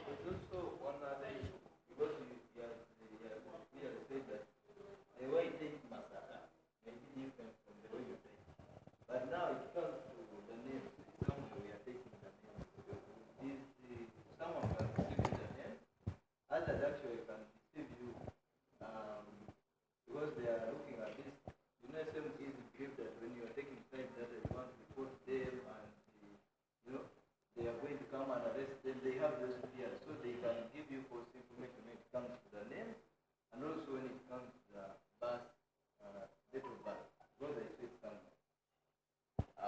Are you using the data of NIRA to confirm some of the issues?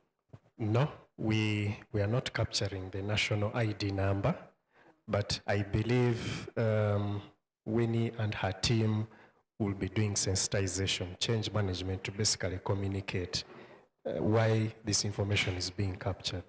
Okay, let me just say something. At the moment, the stage at which we are collecting data, if you remember in my opening remarks what I said, we are using our MOU partner Axiom Zone because they have a strong platform of agents who know them.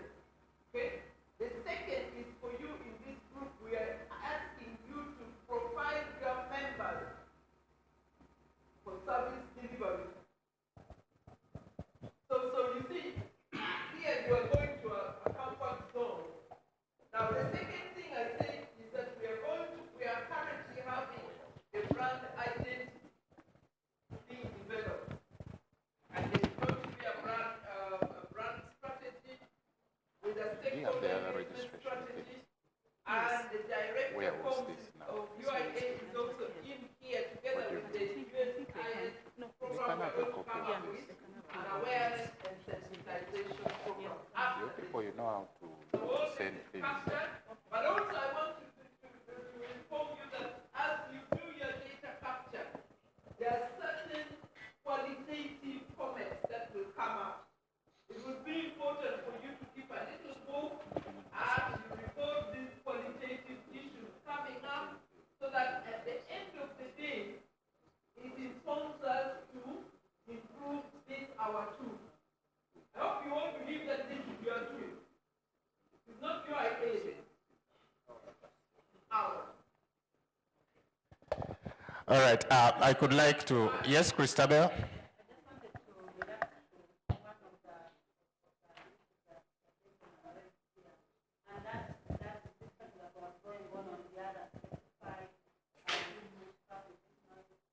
So I was reflecting on the fact that, or thinking that, for example, that team we have from CC, a part of their role is the business skills management, is to build a capacity for business.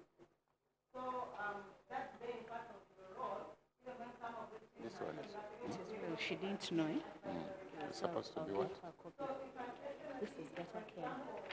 We shall give them a copy of the other ones. and the one who is in a Muslim community, then that is really this role. It's negative, they will not make money. So you're not just providing, but you're also trying to play that business advisory role. But you know, we cannot talk about this stuff when we're talking about business. We need to look at how competitive am I. So you put on that other lens in addition to then profiling such a business. So you do both. Yeah. That's what I was saying. One comment here. Thank you very much. My comment is on date of birth. I think the way it is crafted, it is horizontal. So someone to select the year, can take, because when you click on it, it brings 1950.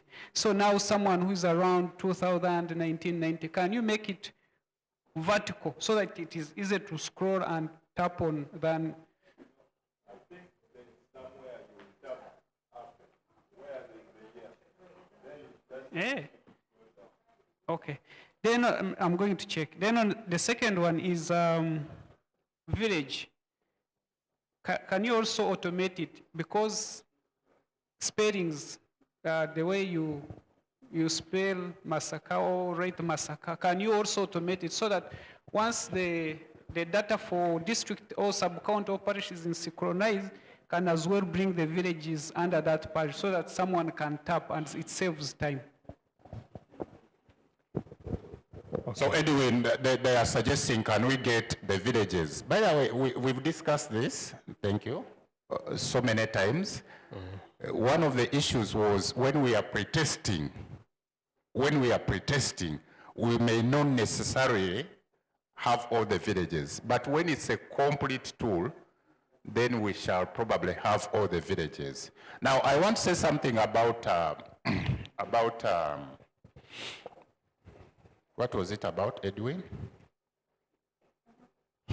It was about that, and Christabel, it is about that. It is important, extremely important. It cannot even be overemphasized that this tool must be pre-tested countrywide. Because some of the issues that we are raising out right now, you can only, even others you've not seen them, you can only see them when someone goes to Fort Portal with the tool and uploads SMEs. And someone is in Soroti with the tool and uploads SMEs. We are starting with cities, and we have 9 cities. So we could like to have people in those places actually uploading the data. Then you tell us actually in Fort Portal, there is a certain division which is not showing up as far as, you know, the profiles are concerned. Do you understand the importance of this? That's why we are bringing on partners like FSME, like Uzia, such that when the time comes, then each one of us can be in a given area, like this gentleman of Kampala, and say, but in Kampala, I'm not seeing Namongo. Or these areas matching the Sabagabo. Is that Kampala or isn't it matching? I mean Wakiso, Sabagabo. So you may find that Edwin put it in Wakiso, yet it's Kampala. So we are going to do pre-testing of this tool. Yes, thank you.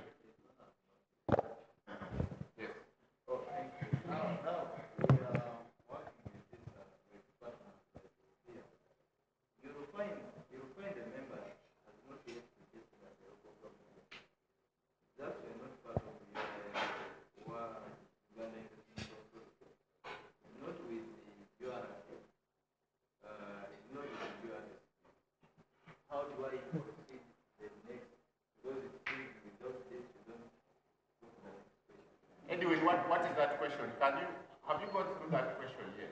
Yes, that is section what? Section B, eh? No, section C. Yeah, so there is a question on, yes, so the assumption that was made, which was a wrong assumption, that you must be registered with at least one of these. These are 4. Local government, UIA, URA, or URSP. But there's a possibility that you're not registered with any of these. Yeah. We had said that we're going to include other here. Is it possible to still add it? And remember, I Yes. remember the discussion there, I said we need to include other because we are going to find people who are registered in the local government and they're paying local taxes. You are also going to find people who are registered under a community-based organization, which is the community, the district community officers, and they're doing investment services. So we need to have other, and when you have the other, specify. But the scenario he's talking about is you're not registered with anyone, eh? For instance, you are not registered with anyone other, no registration. Yeah. Let me do some clarification here. Registration is a law issue. It's legal. Registration is legal. So things like UIA cannot be there. URA, that is, you don't register with them. You register with URSB, you register with local government, community development. So we shall do some clarifications there. What you're talking about is actually membership. There you can be a member of USIA, but the law does not force anyone, for example, to be a member of USIA. But in terms of businesses, the law requires, though most SMEs are not registered. I think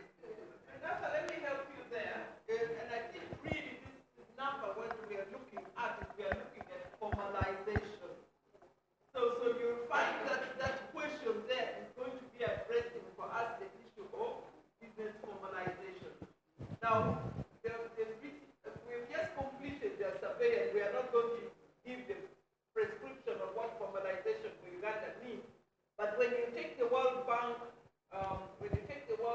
definition of formalization, formalization means you're a legal entity and you can be sued using those instruments around there.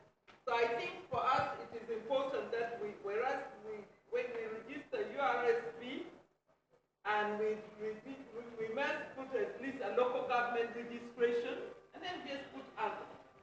Because that is what is going to help us to start forming the policies against formalization, what Uganda considering as a formal business, Registration and is going to take what is the footprint to formalization, so that in our BDS services we start addressing those issues that will help them to formalize.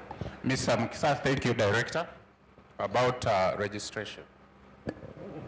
Thank you, Director. My point still was that we may need what is put there, particularly if we want to distinguish between formal SMEs and the non-formal. For now, I would suggest that if we can first go with the formal ones, because the informal are really too many that you may not need to capture as of now at the start. I don't know, that is my view that we can really consider. But if we are not to go with the formal versus informal, and we want to go with each and every SME, then others will be important, and more particularly, we may relax the fact that a certain SME must be registered with any entity of a certain kind.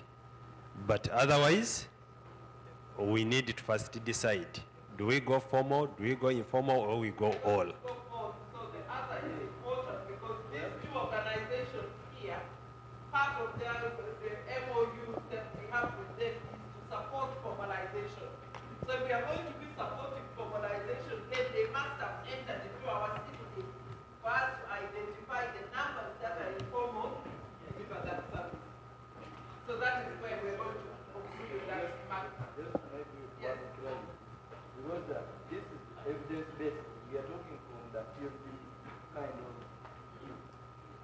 If Jesus had come for those who were doing good things, by now we would have forgotten about him. Because he would have taken those who were doing good. There are many people who are informal, who actually wish to be formalized.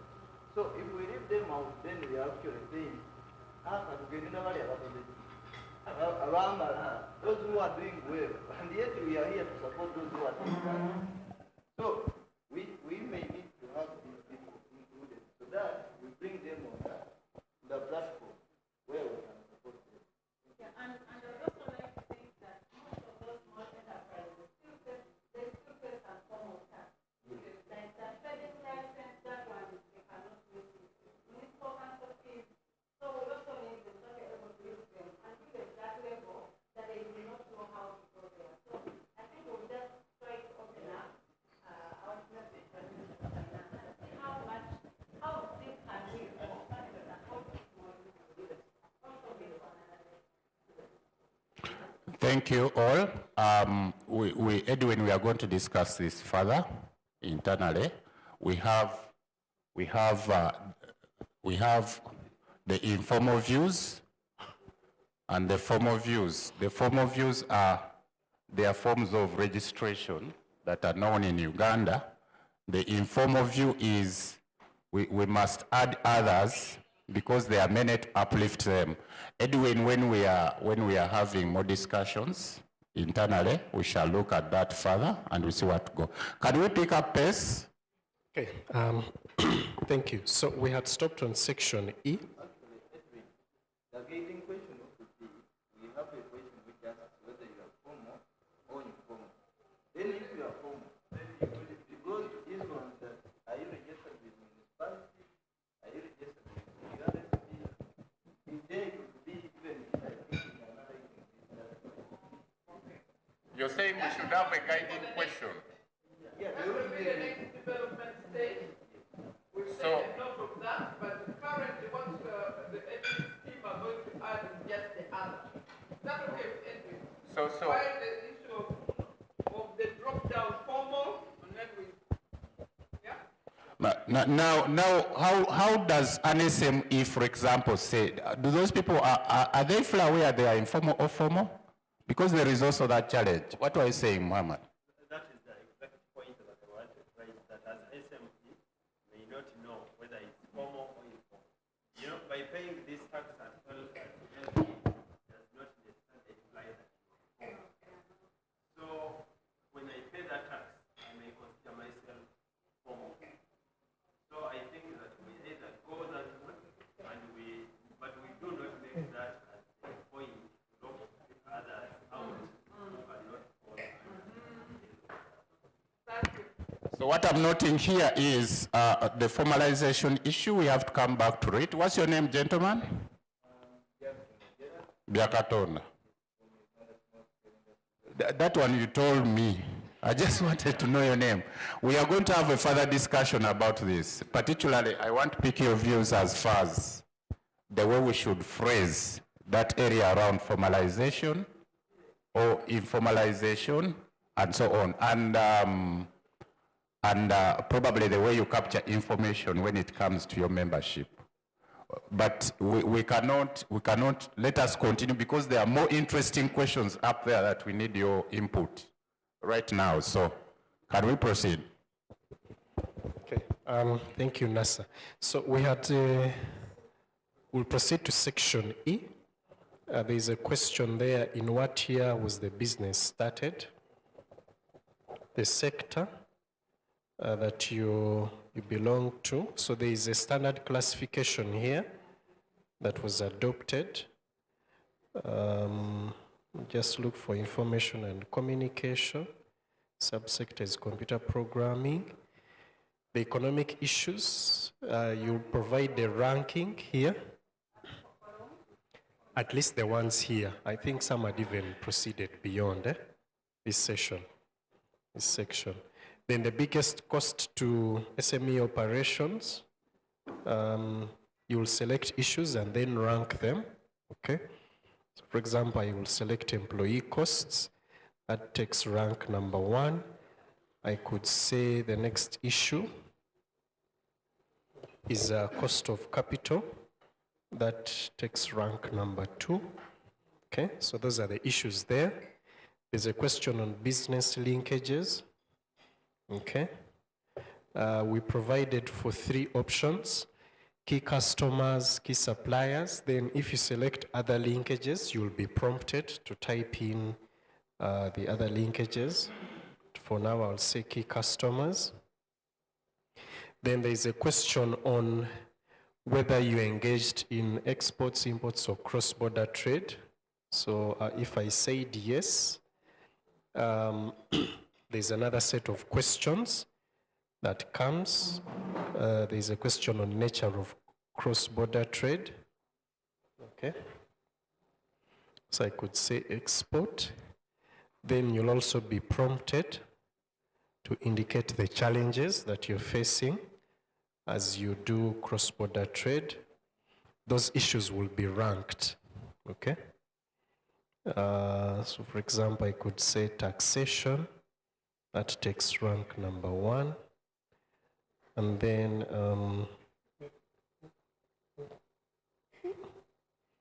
clearing and handling services takes rank number 2. Okay, so that completes this section. Before you upload, issues for cross-border trade, those who have dealt with cross-borders, do you see any issues that we've not listed? Yes?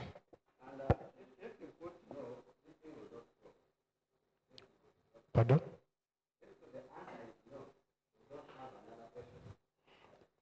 Yes, that is skip logic. If you say yes, then that's when we enable the other set of questions. Are you engaged in exports or cross? You said no, but if you said yes, if you say no, are you engaged in? You can't ask me the other question. It's only when you say yes that will now ask you what is the nature of So which means if somebody is not engaged in it, you don't answer these questions. You don't. Yes. Those questions are to deal with cross-border trade, exports and imports. The issues about cross-border trade, those who have engaged with cross-border, is there anything else? We have cost, logistics, taxation, transport reliability, clearing and handling services. So,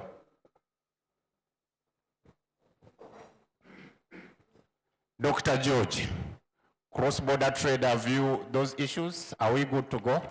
Those ones that we have, we are thinking those are the issues engaged mostly in cross-border trade. Yes.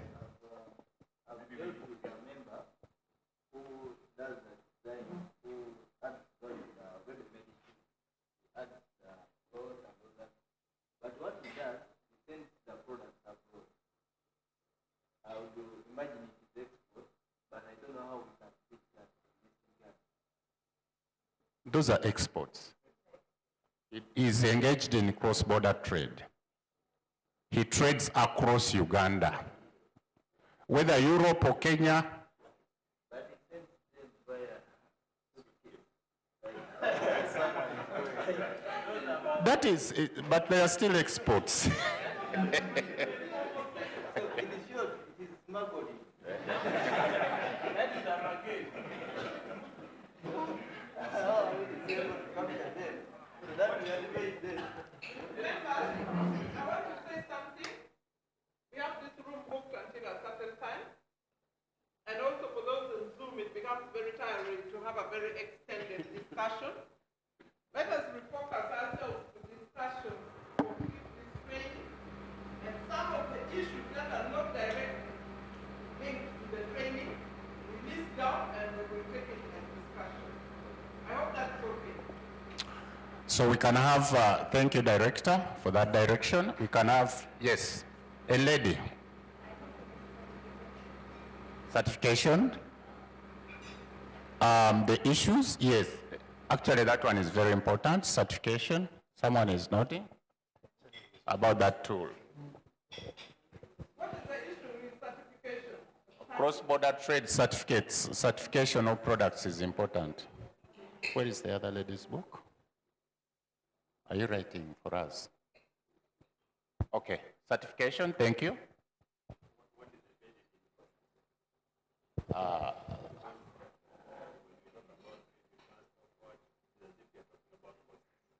So is it reputation or? I don't know what I was thinking then. Muhammad, for you, we have to sit together about these things. For you, most of your issues, you are going to sit together. Can we take the director's direction that we proceed with the tool? How many sections are remaining?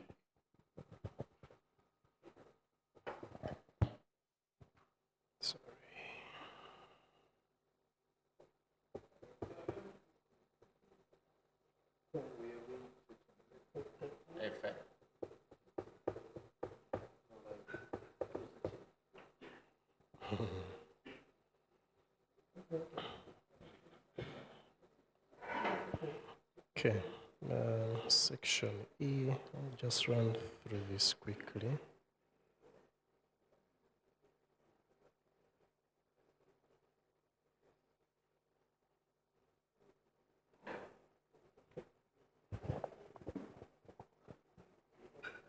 William, do you want to say something as they are loading? Maybe you can say hi to the people. This is William, One Stop Center. Okay. Hello, everyone. I introduced myself earlier. I represent the One Stop Center at UIA. Yeah, maybe I will say more when the training is done, because I see the instructor has got back on online. Yeah. Thank you, that is William.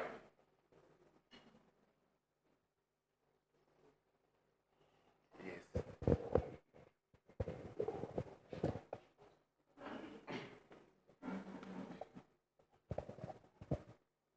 So as is loading, I've seen that On the issue of formalization, we need to have a deeper discussion with apex bodies like UZIA, the formalization of their members, and we see how we can capture that.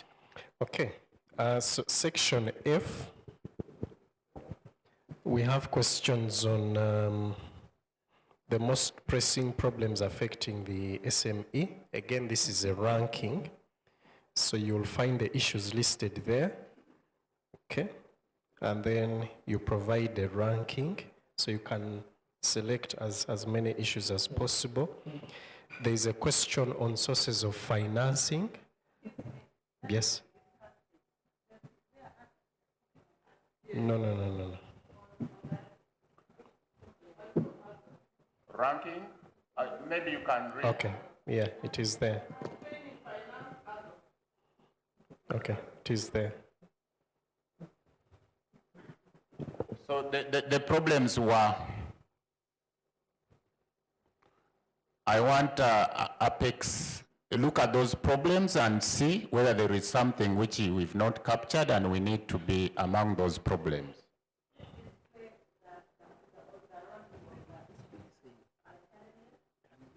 Put it and say specific.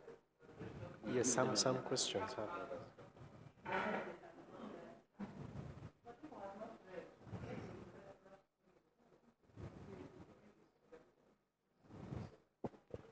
Have you read the problems? We are thinking those are the main problems. Yes? You're not there yet. Edwin, click on the problems.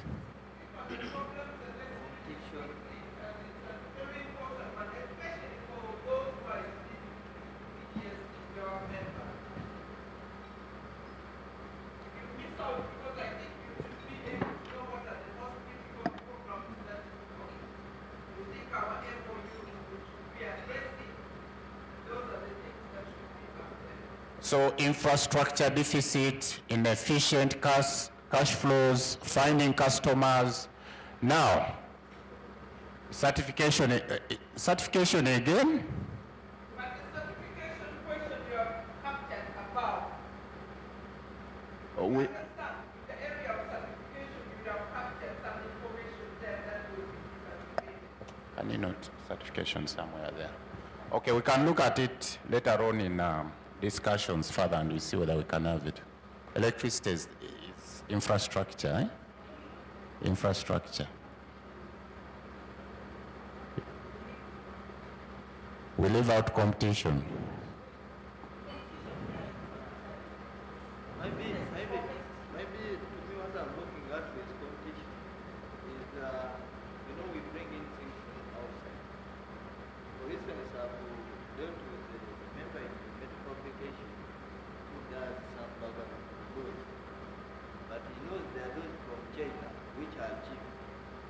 For them they sell there at 3,500 and those from China at 3,000.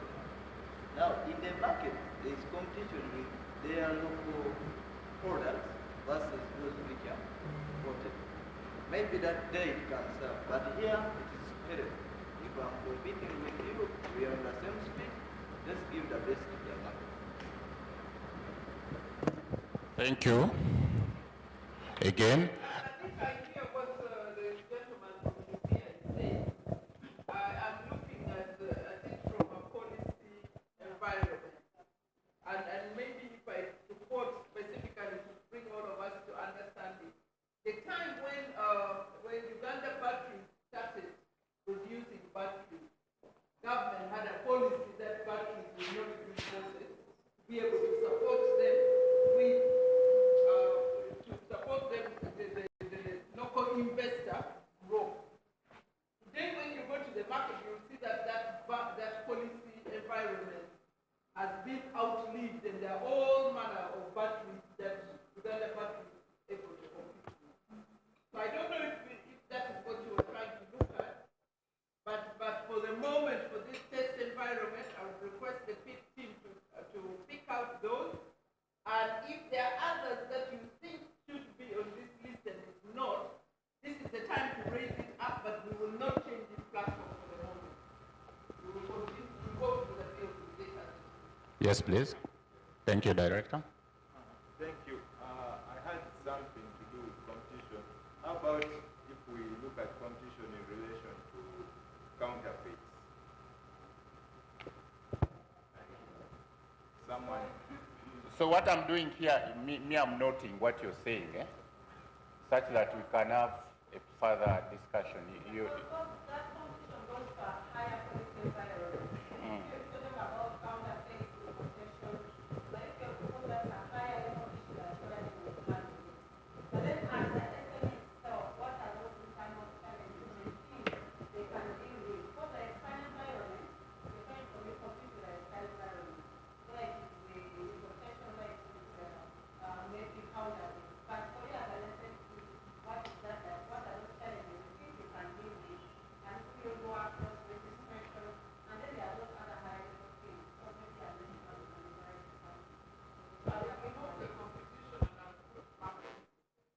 Yes.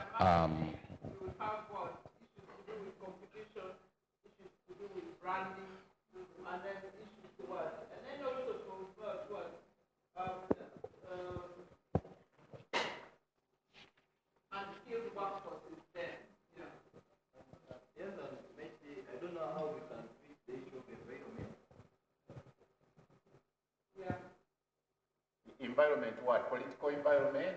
Environmental environment what? Well, I always wish to pronounce the political, but for instance, they may be producing something. We have seen branding happening some days where buildings collapse and what if it collapses and you have a factory there, and this is because of the environment. So I don't know how we basically can keep that positive and Okay, there is a larger term which they say climate change and related issues. So I'm noting that one down. Can we go to the next question? You will capture that under your other. If you have those issues, you at the moment capture them under other. Does other take you somewhere where you can type in? Okay, that is good. Okay.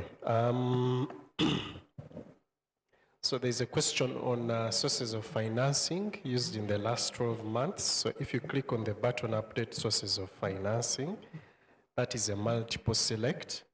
So you simply touch and the color should change to a green.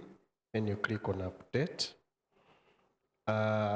There's a question on sources of financing. We have 4 options there. Debt financing, private equity, and listing on stock exchange. There is another option. You can also select that. I'll go with debt financing. Does take us somewhere? Yes, it does. Okay. There's a question on sources of information. This is a multiple select also. There are a couple of options there. So simply touch on that, those buttons to change color. Can we select all? Yes, you can. And then click update. So that is all for section F. I'll click section F, save, and I go to section G. Does your business use any technology? Yes. What technologies are you using? Okay, we select the technologies, update. Capacity building needs. Deputy Director, do we have any technology that we've missed so far there? That list? Sorry. That is okay. Okay, e-commerce and so on, not so? I think WhatsApp is missing here. I know people who use WhatsApp to... Nowadays, almost all people use WhatsApp. TikTok. So digital marketing. So that will fall under digital marketing. Okay.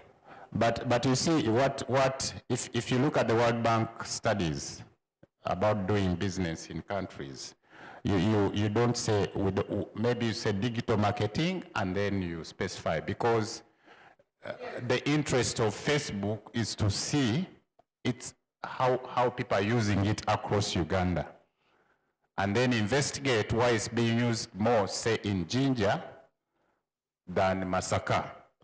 irrespective of the fact that they have the same number of masts in Jinja and Masaka. Is it the culture and so on? And we intend these people, okay, maybe for us we shall not be around, but those who will be around, we intend that at some point, these organizations will be interested in that kind of information. So we are going to leave there Facebook, WhatsApp, TikTok, and anything that comes on board, we shall put it there. Okay. There's a question on capacity building needs. That is a select. We have linkages, formalization, information, training, and then there is other. So if you select other, it should prompt you to select the needs, but I'll go with formalization. There is a question on services that you receive from UIA. Those are the services, that is multiple select. There was a gentleman who was asking on services received by UIA. I think he's gone. So those are the services. Then there's a question on energy sources that you use, and then the challenges you face for each energy source. So for example, if I selected solar, I could say maybe one of the challenges is substandard products and maybe cost. I update, then I could select another energy source. Say maybe like electricity, and then maybe the issue there is availability. Okay, one issue, I update. So once we are done with section G, click to save.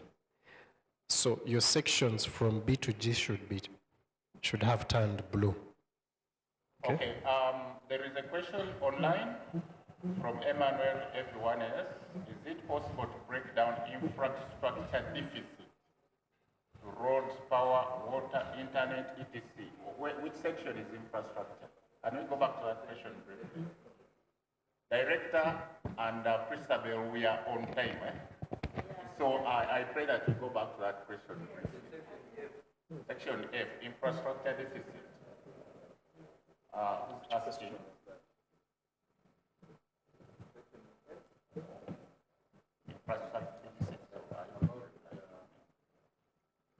Infrastructure deficit? Yes, so that is a question that is asking the most pressing problem. You think on those options.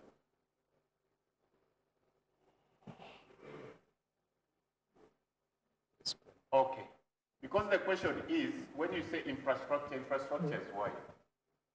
Apparently what this one is asking, now is asking, is it the upper one?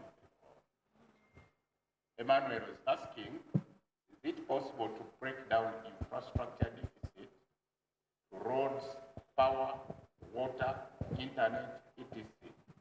I think I should note that. We are going, as far as infrastructure is concerned, can we infrastructure? Yes. But what is it? Is it road? Is it electricity? Is it internet? What is it?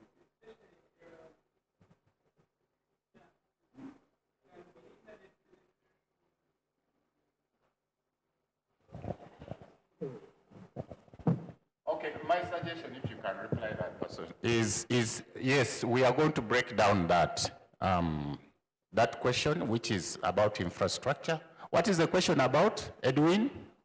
The question is asking the most pressing problems. Most pressing problem. Let us break down infrastructure. I'm humbly requesting, because infrastructure is wide, and we shall need to know whether it's actually the roads, whether it's internet, whether it's electricity. Yes, we are going to break it down. You can reply. Thank you.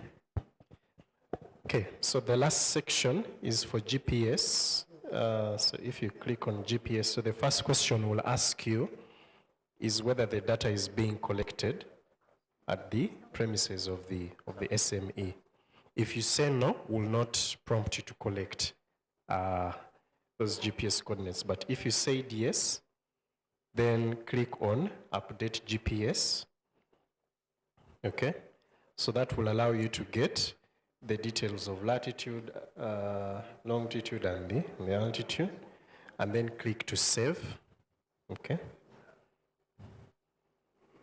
And then you're done with the form.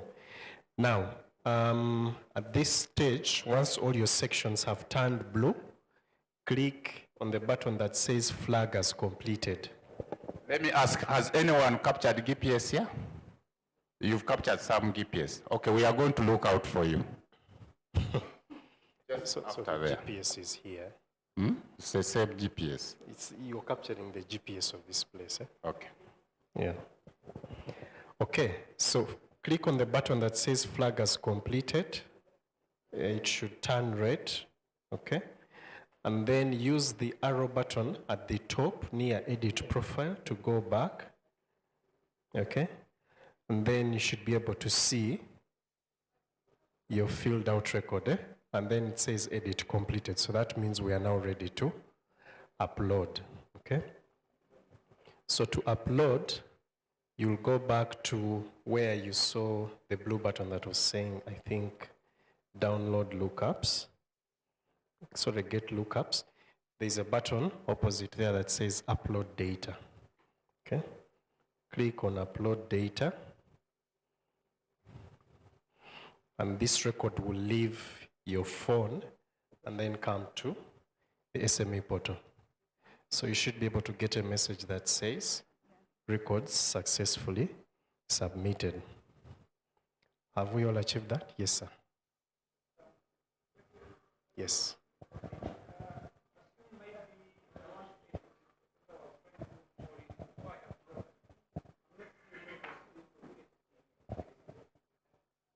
Do you still have the record? Okay. So if you need to edit the record, because now you've marked it complete, so select the record, then say flag as incomplete, such that it goes back to edit mode. Yeah. Okay, so have all of us succeeded in uploading?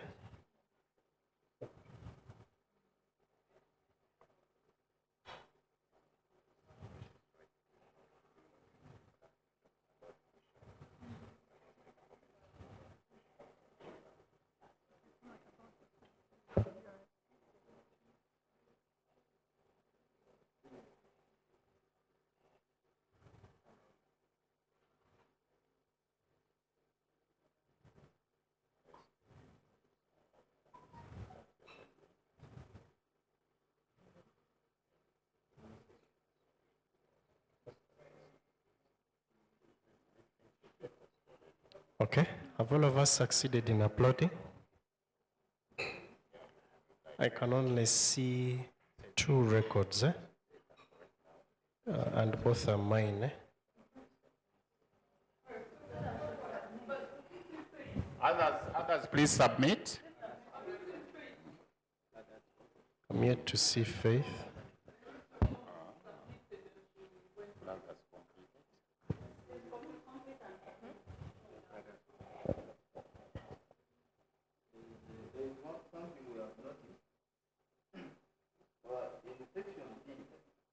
We talk about the total asset, the number, when we are capturing information about the status of the enterprise.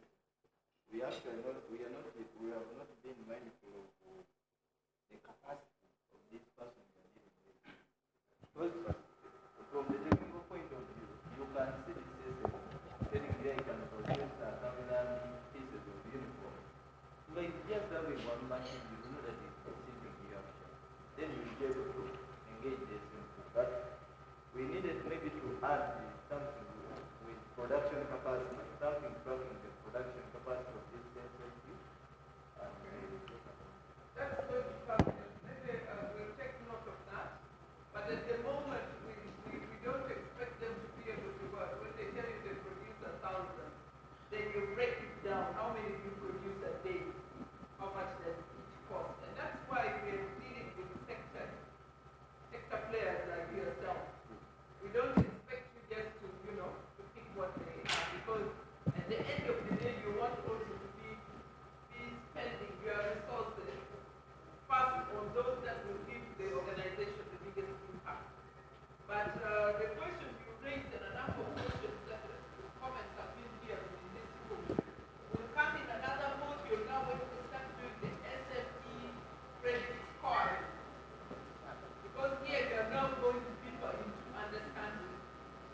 their what, their information.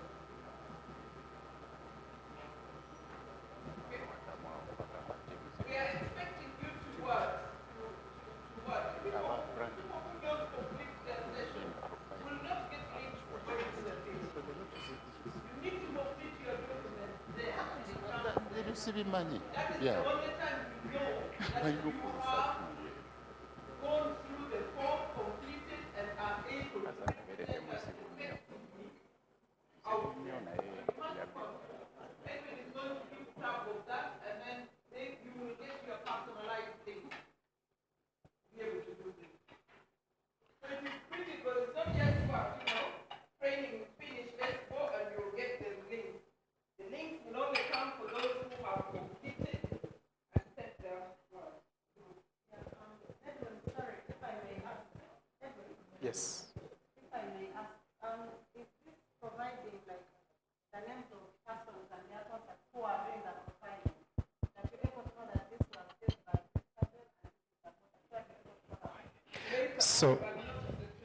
So for purposes of today's training, we all used one account, which will be deactivated, okay? But going forward, everyone who will be cleared for data collection will have an account on the system.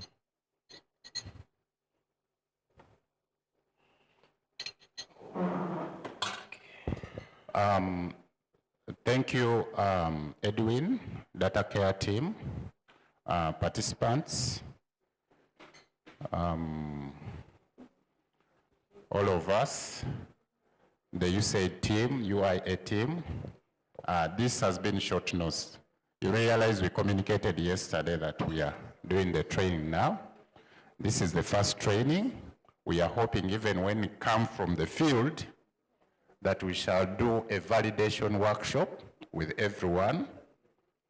And we are going to follow up with individuals from the different organizations to make sure that the views, because there have been some strong views about how we've characterized certain questions, to make sure that the views of these organizations are actually captured. This is the time when we have some closing remarks.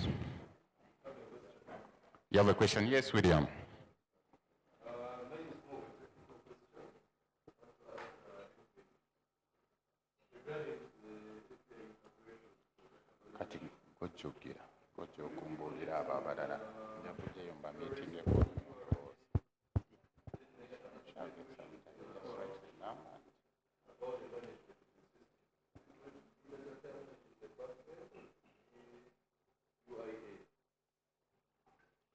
Okay. Thankfully, Madam Win is here. Now, the system ideally is supposed to be hosted by Uganda Investment Authority, but for purposes of piloting, we said the production environment will sit on our cloud servers, but we shared the requirements with the IT team. That is specifically Byron and I think Catherine. Yeah, so the system is actually for Uganda Investment Authority, not data care. Then regarding the integration, that is a conversation that needs to be initiated by Uganda Investment Authority.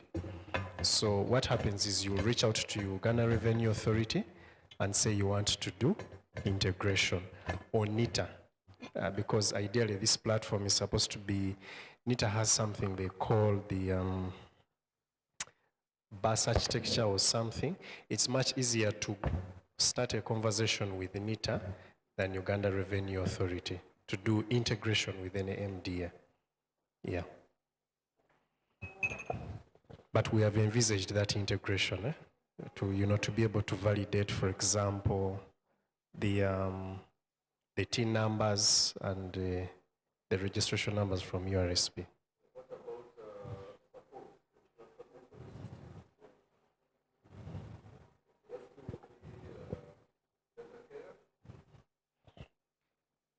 Now, this is the institution and system strengthening activity is a 5-year project, right? We're in our first year. Okay.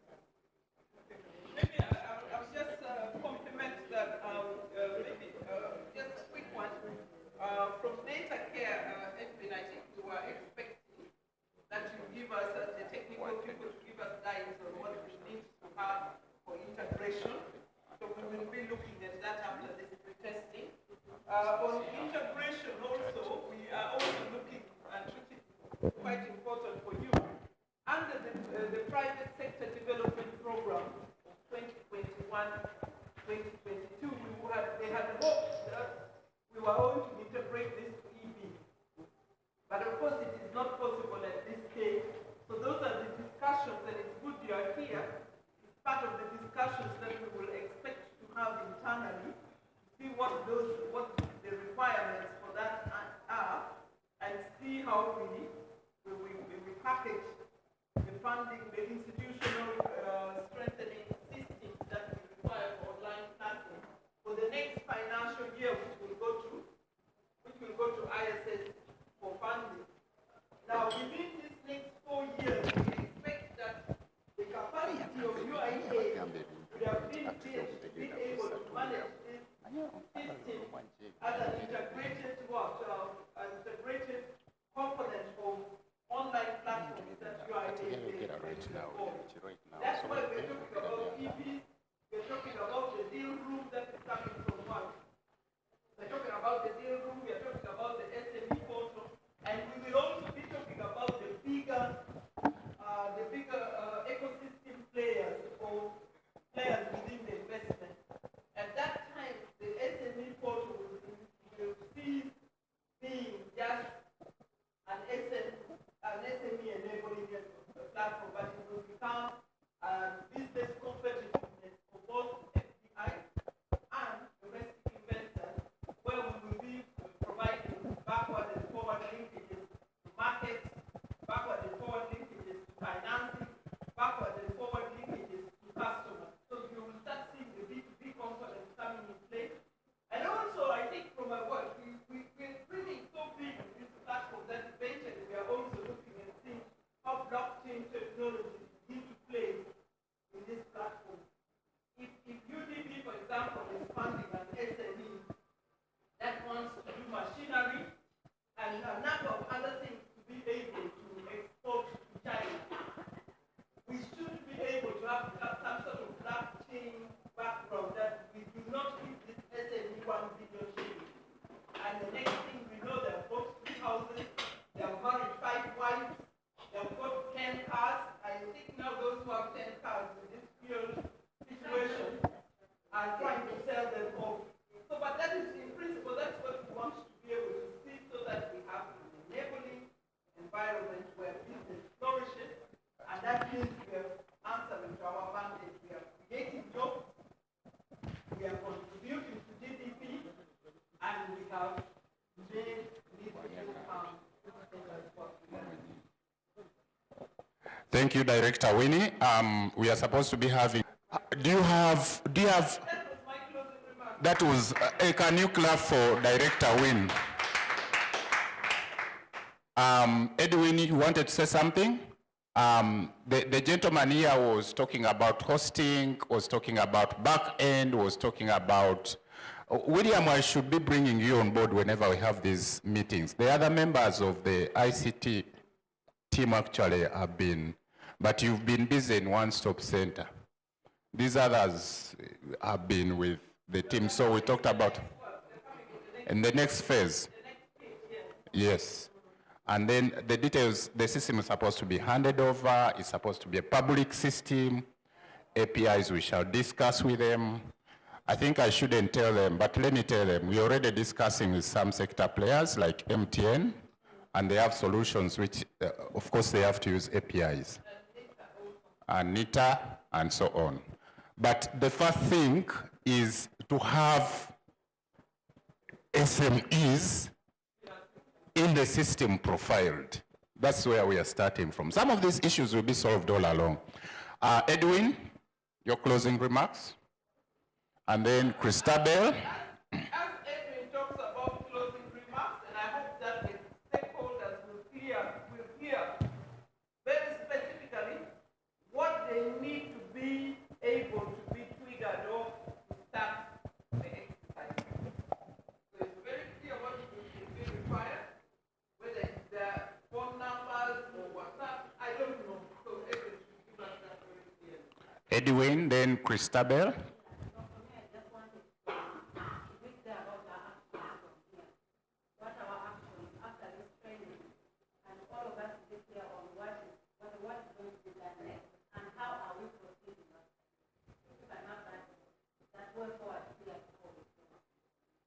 Okay, my take on this is we are going to have individualized engagement with members of USEA, with FSME. We are not? Edwin is going to tell us what ends up from here. What do they need to be satisfied? Now, for members, I still urge you to complete their work. Complete the profiles that you've done currently. Because that is where we know where there are some challenges, we know where the challenges are. Today is Wednesday. We hope that by Friday,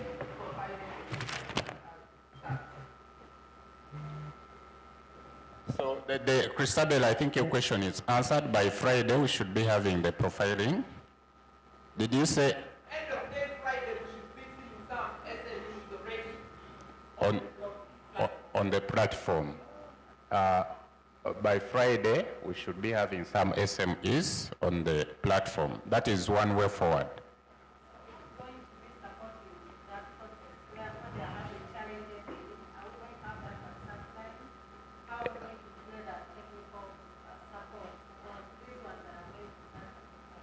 Edwin, can you answer that, please? What I was really asking comes to answer maybe what I would like to hear. What are the requirements to be onboarded? 1. 2, I would need from the players who their team leader is. Because I do not expect everybody to be sending emails to NASA or sending emails to Edwin.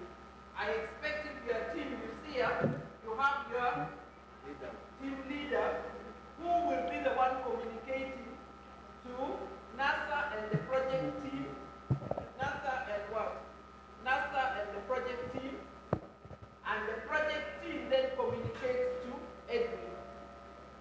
The other thing I would like to hear is the administrator number. In this case, the administrator number probably is not sitting with us, because we don't want too many hopes when I'm in the field and I do not see a district drop. I don't want so many hopes. So that administrator point is within data care. So we need that clear. I don't know if I've left anything else. The other one is the user guide.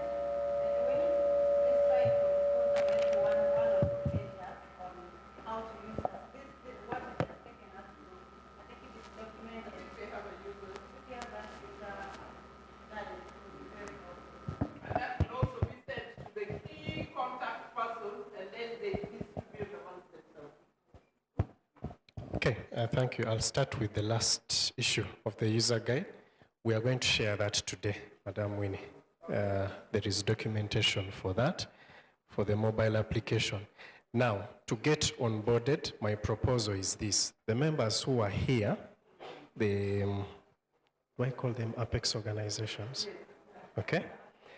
Yeah, prepare that list of individuals. That list should basically include the name, the telephone number, the email address, okay? And then the other important thing is to know the districts that person is going to be mapped to. If you're going to collect data, so do I map you to the entire country, or it's possible that it can come and it says, you know what, Edwin is mapped to, you know, Gulu, Moroto, that kind of thing, okay? So that will be helpful. Then when that list is ready, send that list to NASA, okay? To UIA basically, and then we will create those accounts. The reason I'm asking for an email address is when we create that account, we will send the login credentials automatically to the email address. So we'll not be calling you and telling you this is your username and password. So those details will be in your email. So hopefully we get email addresses that are functional, that are working. Then the other issue was, what was the other issue? Pardon? Help desk.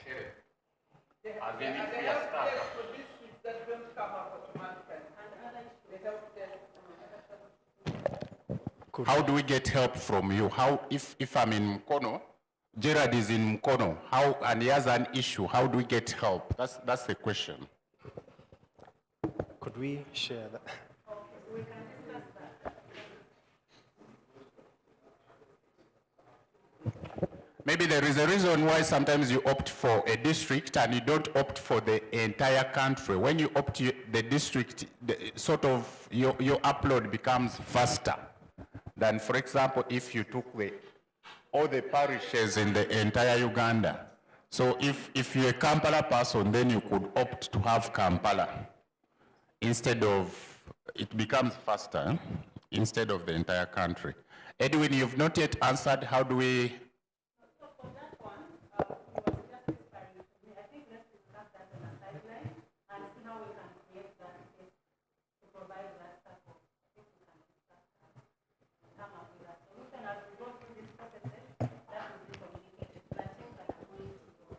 Thank you, Christabel.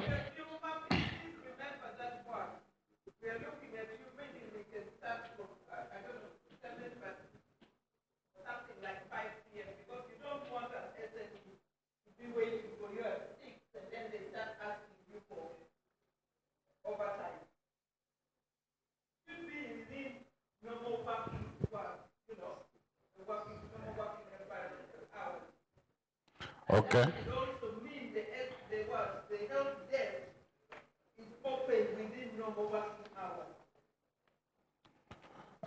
The director, SME, Christabel, the representative, and the head of the team from, you said, Fit the Future, Edwin and Data Care, the team from UIA, team from UZIA, team from FMSC. So just quickly, a minute or two. So I just wanted to show some of the records that have successfully come in. Sir, if you click on SME profiling, let's click on SME profiling, pending profiles, because these have not yet been approved. You can give out now, I'm going to. The internet is a bit slow. Just give it time. Just wait. So Edwin, if you can stay there, you can see something called LGNI profile above there. So that is a different module which we are not talking about today, but at least you can see it. In that space, we can have other modules which are not necessarily SME profiling, which are not LGINE. We can have youth apprenticeship program, for example, also as part of the modules there. So this one is versatile. Yes, Edwin. Yeah, I just wanted to show some of the profiles that have come in, but okay, so you can scroll down. Scroll. Okay, so these are some of the records. I see someone called Brian Akena. Now, is this person who just, someone who put in, what are these things? Emojis, as business name. Yeah, so that's why, you know, we have included the step of validation by UIA. So these are just some of the records. But one like,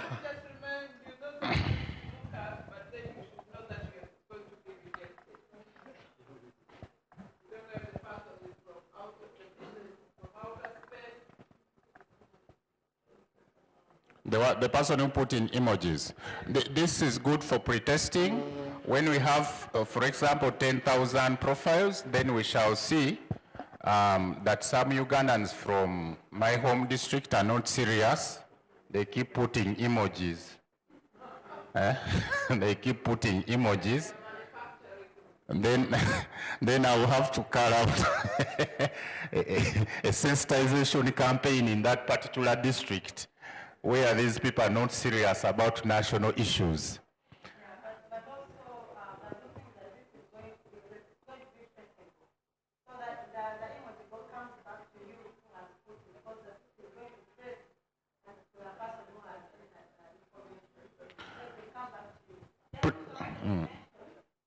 Just for us to be sure we have captured our online participation. We have them because we've had Federation of Monitors participate very well and have been online. So just to be sure that they also be part of the whole process and they don't follow because they have participated.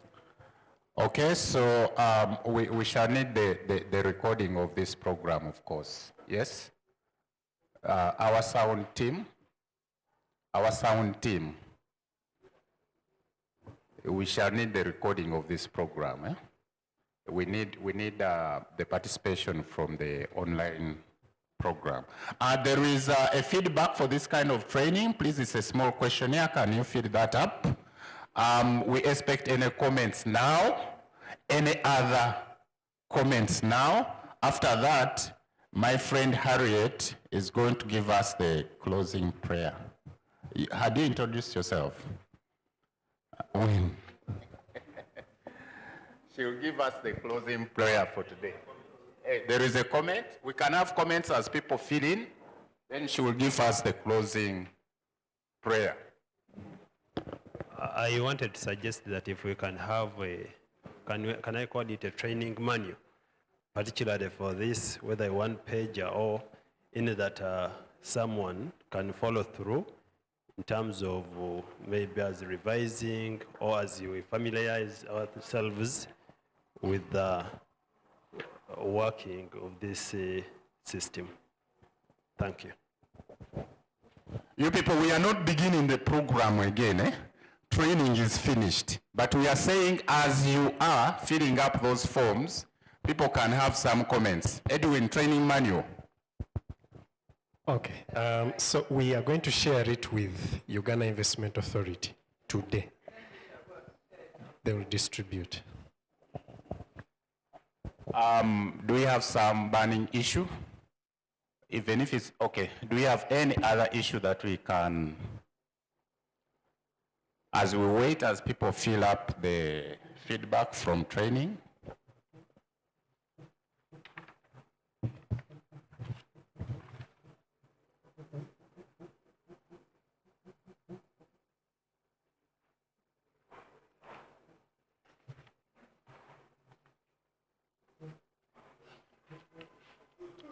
You see, one of your members sent me a wrong email, and that email bounced back. I remember, I don't know, I remember that email yesterday when I was inviting you.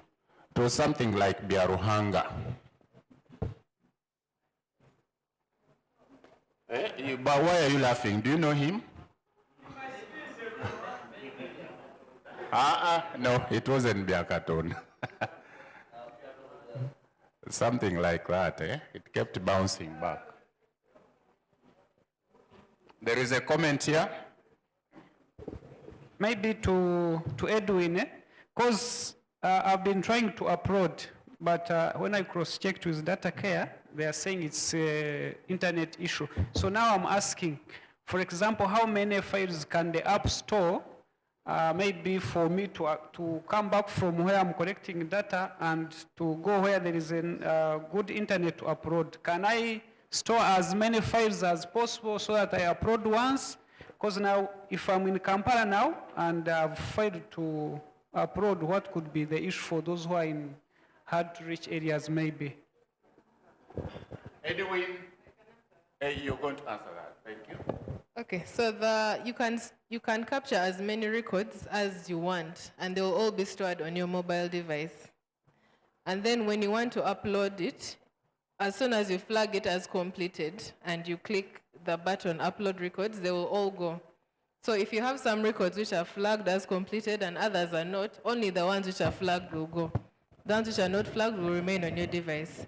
So for the issue of internet, I don't know. Other people have been able to submit. Maybe we can just cross-check what the issue is. Okay.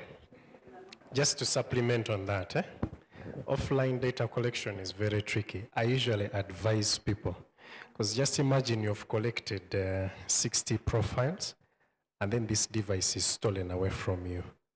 You will lose all that data. So if you have an internet connection, you've collected, say, maybe 10 or 20, please upload the few. Please upload the few. Otherwise, if this device gets compromised, stolen, falls in water, that data is lost. Yeah. Yes, you can have stores, well, you can have 500 records here. But if that device is compromised, you have to go back, collect the data.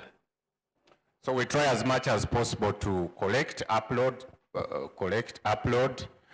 Yes, maybe good enough we are dealing with members of UZIA, FSME, things like data, and not a big issue. So do you have any other issue before Harriet, my work colleague, Harriet, is going to pray for us. Please introduce yourself also. Good afternoon, members. I'm Harriet. I work with Uganda Investment Authority. Let's humble ourselves for the closing prayer. Lord Heavenly Father, we thank you for this day. Lord, we thank you for the gift of life. We thank you for our trainers. Lord, I pray that this system becomes beneficial to the public, to the institutions, because we see some people come up with systems and they just die. So I pray this system to be beneficial to whoever is going to use it. As we are going back to our different destinations, I pray that you protect us. I pray all that in the name of our Lord Jesus Christ. Amen.